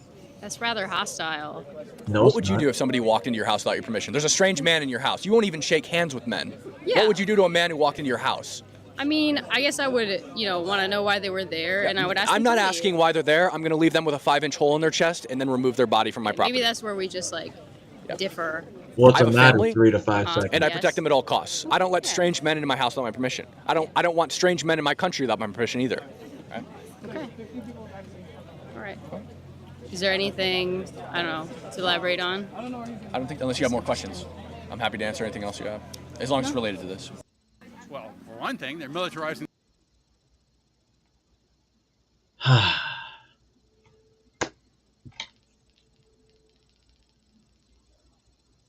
don't know. I think I just found my new, can't say Charlie Kirk, my new, debater. My nose looked like I broke it before. It's weird. Maybe I did. Anyway. He definitely found some people that don't agree with him, and this is going to be fun because they're already looking for somebody to attack. Not attack as an attack, as to debate. And as last I checked, none of these professors from these colleges have accepted that $10,000 donation to have a professor debate Crowder. I'll double check on that. I would love to see one of these professors debate Crowder, to where their university gets $10,000 donated to them. You'd think universities would be jumping at that. You got to have one professor that would go out there and debate Steven Crowder. He's a comedian, remember?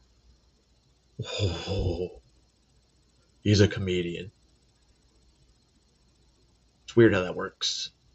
Anyway, ladies and gentlemen, boys and girls, I hope you enjoyed some of the stuff we talked about today. And it's weird because I didn't pick too many videos and it still ended up being around the same amount of time.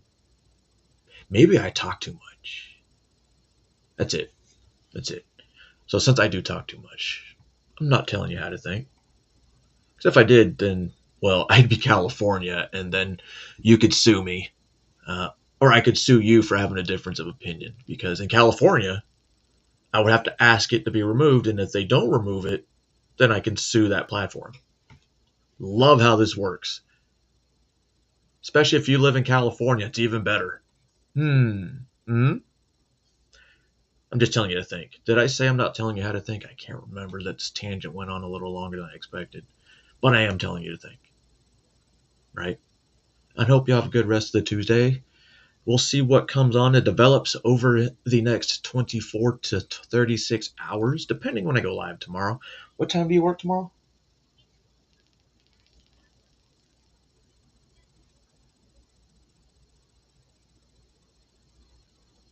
I think 1.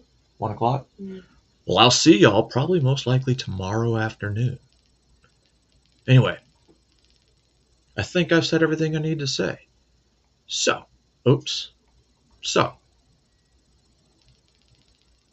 hit the music. My finger's not working. That was weird.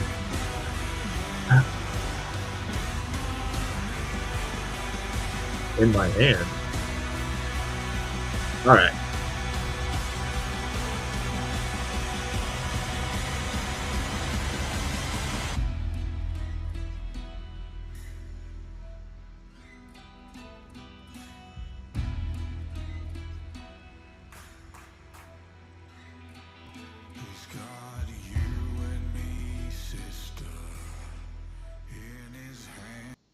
Alright, now that everyone's left, let's get to the last video that I wanted to show. It's James Klug, and a great example of why people shouldn't vote blue, no matter who. The police. For another thing, they're sending the military into cities to quell riots that aren't really riots. They're also the... what's not really a riot? Wait, hold on. We can take one thing at a time. I think that's most helpful. You're talking about Los Angeles. I mean... Is that what that wasn't a riot? We'll start with Los Angeles right now in ICE. Okay. The ICE agents are... Hold on. We got to go one thing at a time here. No, this is what's happening right now in Los Angeles. Take it away. Slow down. In Los Angeles, it's the ICE agents. But it's across the country, but in Los Angeles particularly. The thumbs up on the ICE agents, right? Enforcing basic immigration law. But are they? Yeah, 100%. No, they're not. Yeah. They're enforcing, they're taking people off the street, sending them to a prison camp in El Salvador. No, they're called... It's only 250. It's a concentration camp. You can call it what you want. CCOT? You can paint a... How many people were sent to CCOT? It's only 250. You don't know? Find out. There's a number. They're not being sent over there right now. The number's like about 250 people. But what happened Let's go to. That's the authoritarian. The agreement people. was. And what about the alligator Alcatraz? But I'll find that out. I don't know. These are called immigration detention facilities. What's wrong with this? This is just basic stuff. Because you're saying this is authoritarian? Yes, it's authoritarian, but because they're demonizing the other.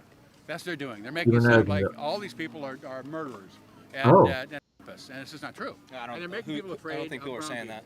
They're making people afraid of brown people. Of brown people? Of brown people. You don't believe it? Watch. Afraid of brown people? You just keep watching. They've done everything.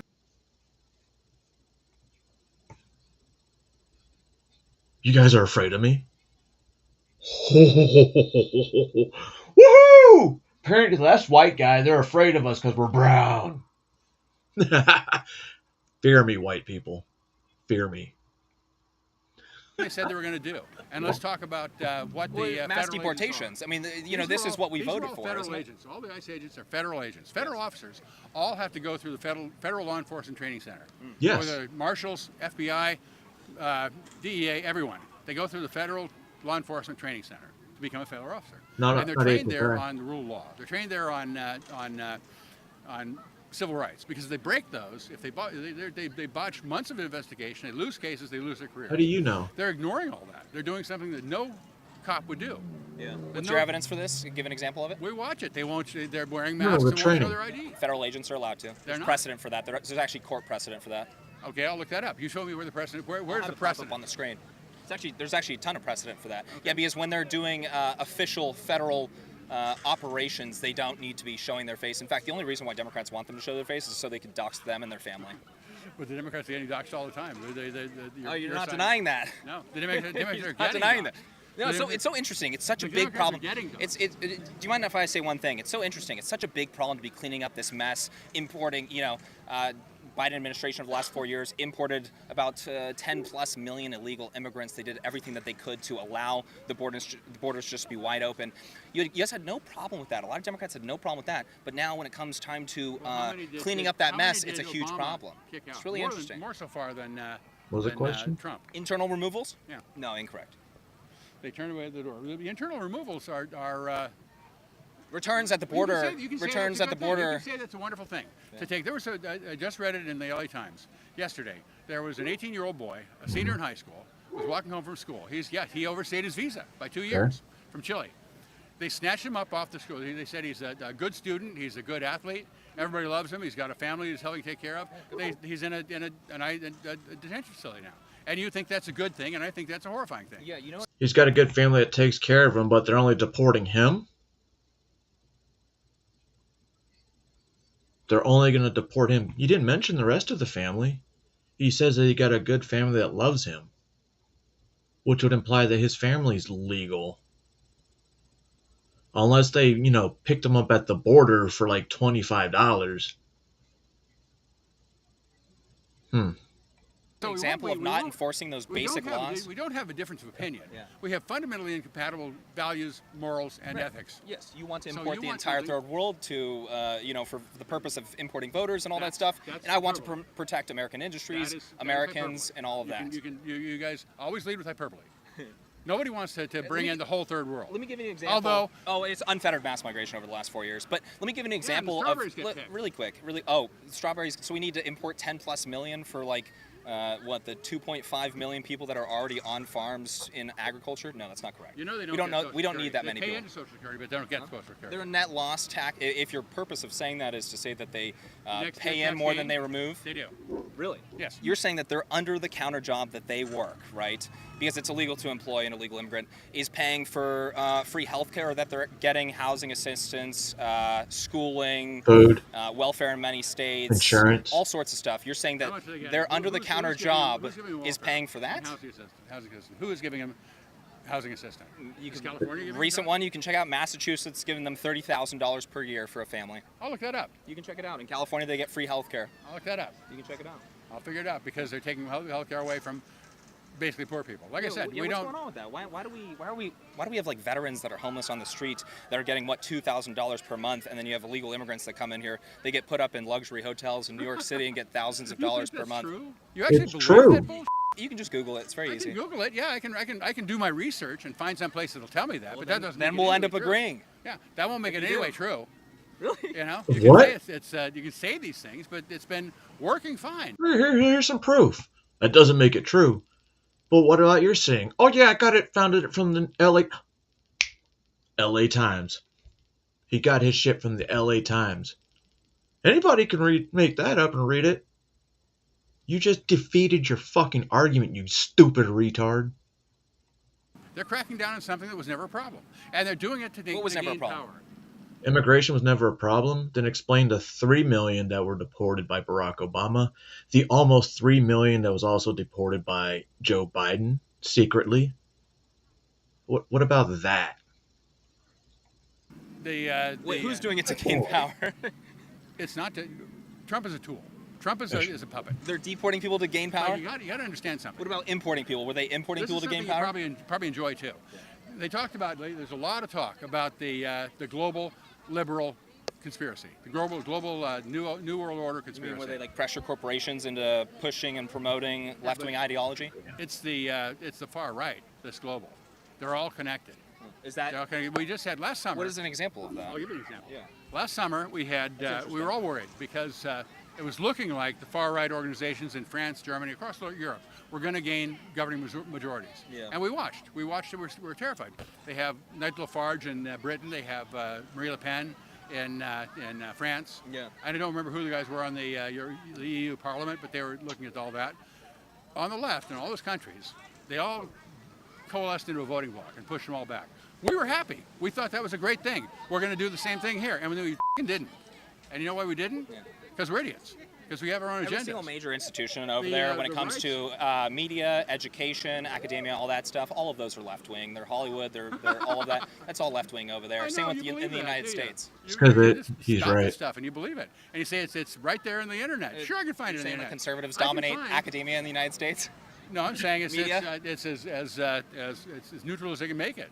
What? You know, and they have. You can go to you can go. Oh, I get it. It's neutral in education because they don't teach the basics anymore. He's right. They don't teach you the basics. Reading, writing, arithmetic, biology, chemistry, government, civics, world history, war geography, and all that stuff. Go to Liberty University if you want to. You know, that's open. There, you can go there if you want to. You can send your kids there. That's true. You know, it's there. But if they want to go to Harvard or UCLA, yeah, that's different. I love what Gavin Newsom is doing right now. What? He's trolling the out of Trump. It's funny. He's got a team. It's a good media strategy. Eventually, though, he has to get back to his policy positions, which is open borders and sex changes for children, which is not very popular.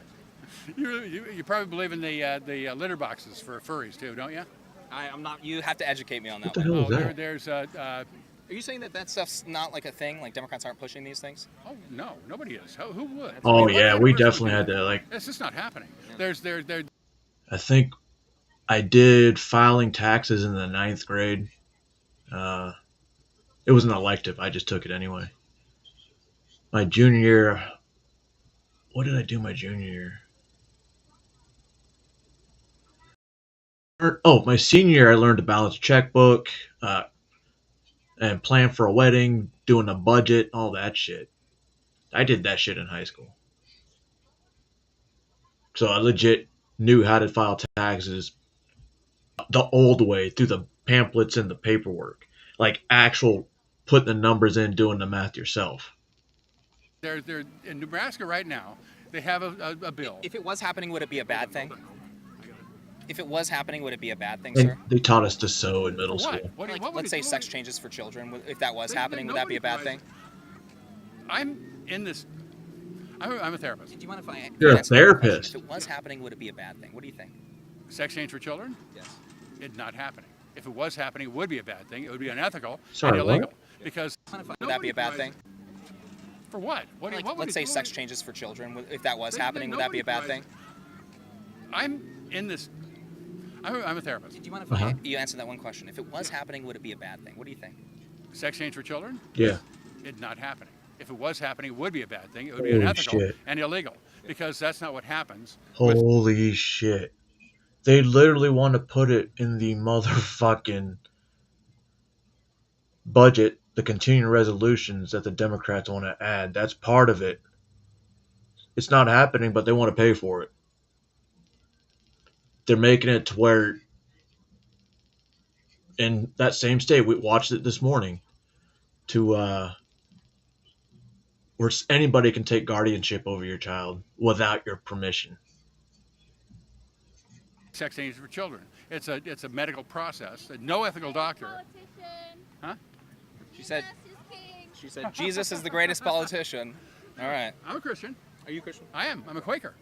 Oh, interesting. Are you really? What? I love Quakers. Yeah, well, Yeah, good people. They've got a 400-year history of social justice warriors. Right. In fact, 300 Not of them, justice, but social justice. So it's the appearance of justice. They 300 of them marched from New York down to Washington to protest the immigration. You know, it's funny. I actually had a fantastic conversation/interview. This motherfucker clowned him right to his face, and he didn't. All right. With a gentleman from Philly, because I'm sure you're aware Philly has a pretty solid Quaker community, and literally one of the sweetest guys I ever talked to in my life. What was your name, by the way? I'm Joe. Joe? Yeah. Well, Joe, I'm James. Oh, Say sorry, Joe. Joe, I did want to touch on one thing, okay? And I'm going to slow it down here, okay? You might have You to. know, you were mentioning visa overstays. When we don't enforce these laws, you know, it's important for the American people to know who and what is in our country, right? And when you don't do that, you do end up with a situation where, hey, we had that one visa overstay in Colorado where he was throwing Molotov cocktails at Jewish people, right? And that's what happens when we have people that are in the country that aren't supposed to be here, right? It's important that we enforce laws. There's nothing Jewish wrong with people the aren't American supposed to people be knowing here? who's in their community. There's nothing wrong with that. But it doesn't have to turn into this dystopian cruelty. Huh? And that's what it's doing. That's what's Dystopian cruelty. Dystopian cruelty. What's more dystopian and more cruel? Is enriching the cartels, making them more money than they've ever made down at the southern border because they're just dropping people off by the busloads? I treat addiction. I know this by like the back Or of my hand. enforcing those laws and getting our southern border under control and saying, hey, you're not going to be rewarded for coming here illegally because we have a lot of people that are trying to wait in line to get Do here. you know how fentanyl's getting here? Huh? Do you know how fentanyl gets here? Majority is down at the southern border. Do you know how it gets across the border? It's there's various ways. Driven, tunnels. It gets sent from China over to Mexico up No, through they're the United manufacturing States. in Mexico now. The cartels are controlling it. But No, it's I coming understand across. that. You understand how much commerce we have in Mexico? They make our TVs, they make our car parts, they make jeans, Yeah. they make shoes. A lot of our What the hell did amazing he just jobs that we say? had- Did y'all hear that? I'm sorry. I have to replay that. In Mexico now. The cartels are controlling it. But No, it's I coming understand across. that. You understand how much commerce we have in Mexico? They make our TVs, they make our car parts, they make jeans. Oh. they make- Oh. He said Makar. Okay. Woo. Whew. It's about to cancel this SJ dub. A lot of our really amazing jobs that we had in the United States were sent over there Most of the fentanyl after is coming NAFTA. on trains and shipping containers and on airplanes and trucks. Yeah. That's the vast majority of it. And they only need to get a little bit here. It's all being processed here. This is what I do. I know this back and forth. I've been Dude, fighting where did the that? fentanyl for. I've been fighting on the front lines of fentanyl for 10 years now. Yeah. And I've lost so many. And we can't enforce our way out of it. We have to treat our way out of it. Do you think that we should be enriching the people that are trying to send that fentanyl to the United States? How are we doing that? Well, when it comes to people crossing over the southern border illegally, each person that's coming over the southern border is paying cartels. So over the last 4 years, actually, humans were as valuable as fentanyl. $1 trillion I hope you're organization. concerned Imagine about the the fentanyl. desperation that somebody would have to do that, just to get a under the books Right. job, And then when guy you- washing dishes. And then people like you, Imagine if how we support desperate. policies that don't enforce the border, you end up with creating a humanitarian crisis that's totally preventable on both sides of the border. And I think that is completely wrong. And just because you don't feel like enforcing the border, I think most Americans believe that that's important. And it's important to protect Most American do it. sovereignty, The Democratic and they can come in illegally. The Democratic Party has a pretty solid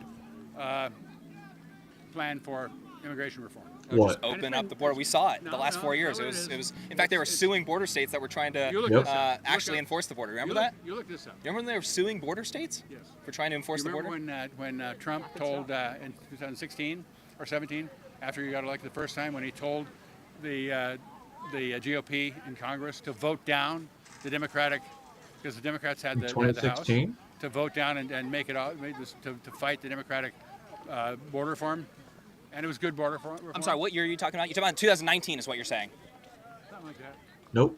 No, I don't know what year it was. I mean, It was remember just There's a lot previous of facts. election. Yeah. And I'm, We're going back. We're going back further.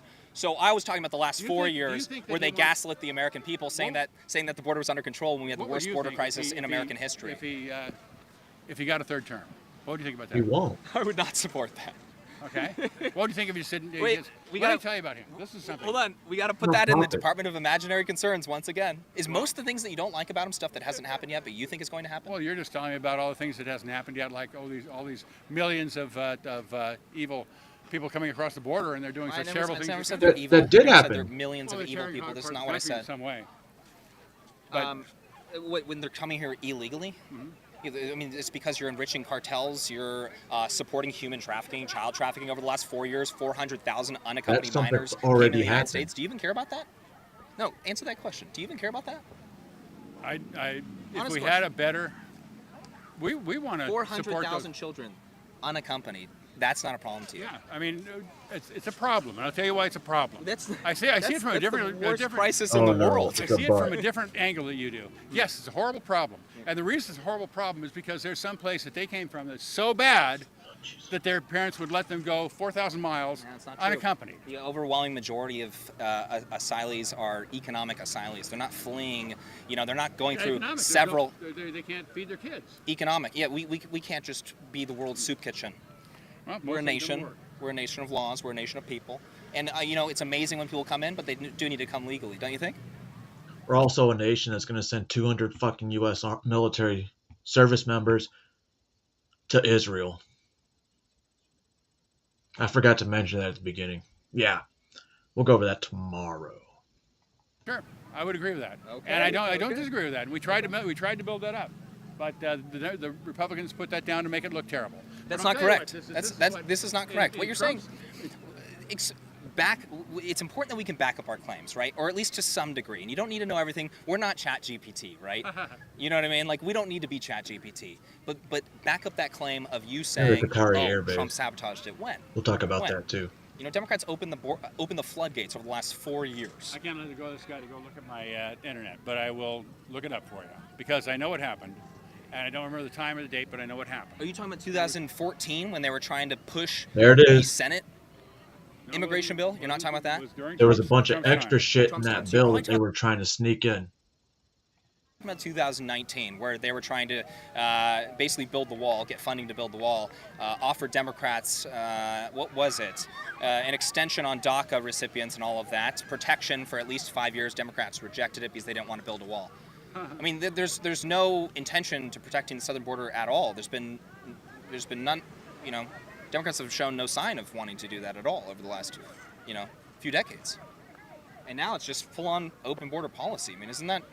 You're saying And that doesn't bother Trump, him. radical ruin in the country. This seems like the antithesis of protecting the United States. Nobody's trying to stop him. What are you talking about? Nobody's trying to stop him. They're just coming across the border. You think that guy busloads, makes and they're just a letting him high in. There's no six, enforcement at all. low Understand? seven? Over the last 4 years, they basically turned Customs I and mean, Border he's a Protection into therapist. a busing service. Yeah, basically. So he's obviously not hurting. He probably No, benefits we've off these reported down at the illegals. southern border. We know that. We've seen it. We filmed it. We've talked to people. I'm going to get this guy because he started to pull me. And I But I appreciate your talk. And I will look up Your name again? podcast. I'm Joe. Joe, that was a good conversation. Good conversation. And hey, you know what? Huh? You are fast and you're quick and you're a fun guy to talk to. You know that? I know, it's always fun to debate. We can do it carefully, but what I truly believe.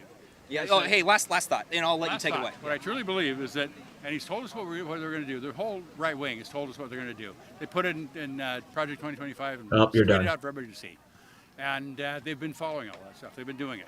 And they've been working on local control of school boards, of city councils, of state houses, for quite some time. They've been doing this for a long time. Yeah. And they've been doing it in front of our noses, and they've been doing it carefully. But what happened with Trump is that in his political life, Putin has managed to make himself president for life. And Xi has Close enough, yeah. has done Xi. the same thing. And he's the kind of guy who says, I want that. They have that. I deserve that. And he wants to be president for life. I mean, he's not going to live Is that forever. your biggest concern, if you don't mind me asking? Well, yeah. I mean, what the concern is what it would take to do that. What it would do to the democracy to do that. He'll be That's my concern. 82 fucking years And what old. it would do to compassion and to the social safety net. if I was going to choose a... don't you think he's just... I mean, let's think about that in practice, right? Don't you think he would be just too old to run for a third term? Exactly. Sure, but he doesn't see it that way. Okay. All right. Well, and he thinks that J.D. Vance can do it. You know, J.D. Vance gave a talk in Germany not that long ago, and it was just full of dog whistles, widely reviled by the press. Really so. It was terrible. But he wasn't talking to us. He wasn't talking to the press. He was talking to the far right movements in Europe. What did you? And look it up. I mean, listen to what he says. It's all code. Oh my God! It's just dog whistles. They're not just coming out and saying it. It's very, very easy code to crack. It's not like some secret code. But I believe that there was no secret code. He was basically telling those liberals to their faces that they're fucking up the world. There was no code in that. He told them the truth. Really quick, do you think that if people are watching this, they're in the center and they're watching this, do you think they'll be convinced by your concerns about how you would grade Donald Trump? You said an F-, or you said a Z. Do you think they would be convinced by your concerns, or do you think they would think they're more imaginary concerns? I don't think that's a problem anymore. I think there is no center anymore. I think people have they either want what's coming, or they're appalled by it and gone the other way, even if they voted for him the first time. And I think that a lot of people who voted for him the first time said, this is not what I voted for. But there are also... I wonder if you're talking about...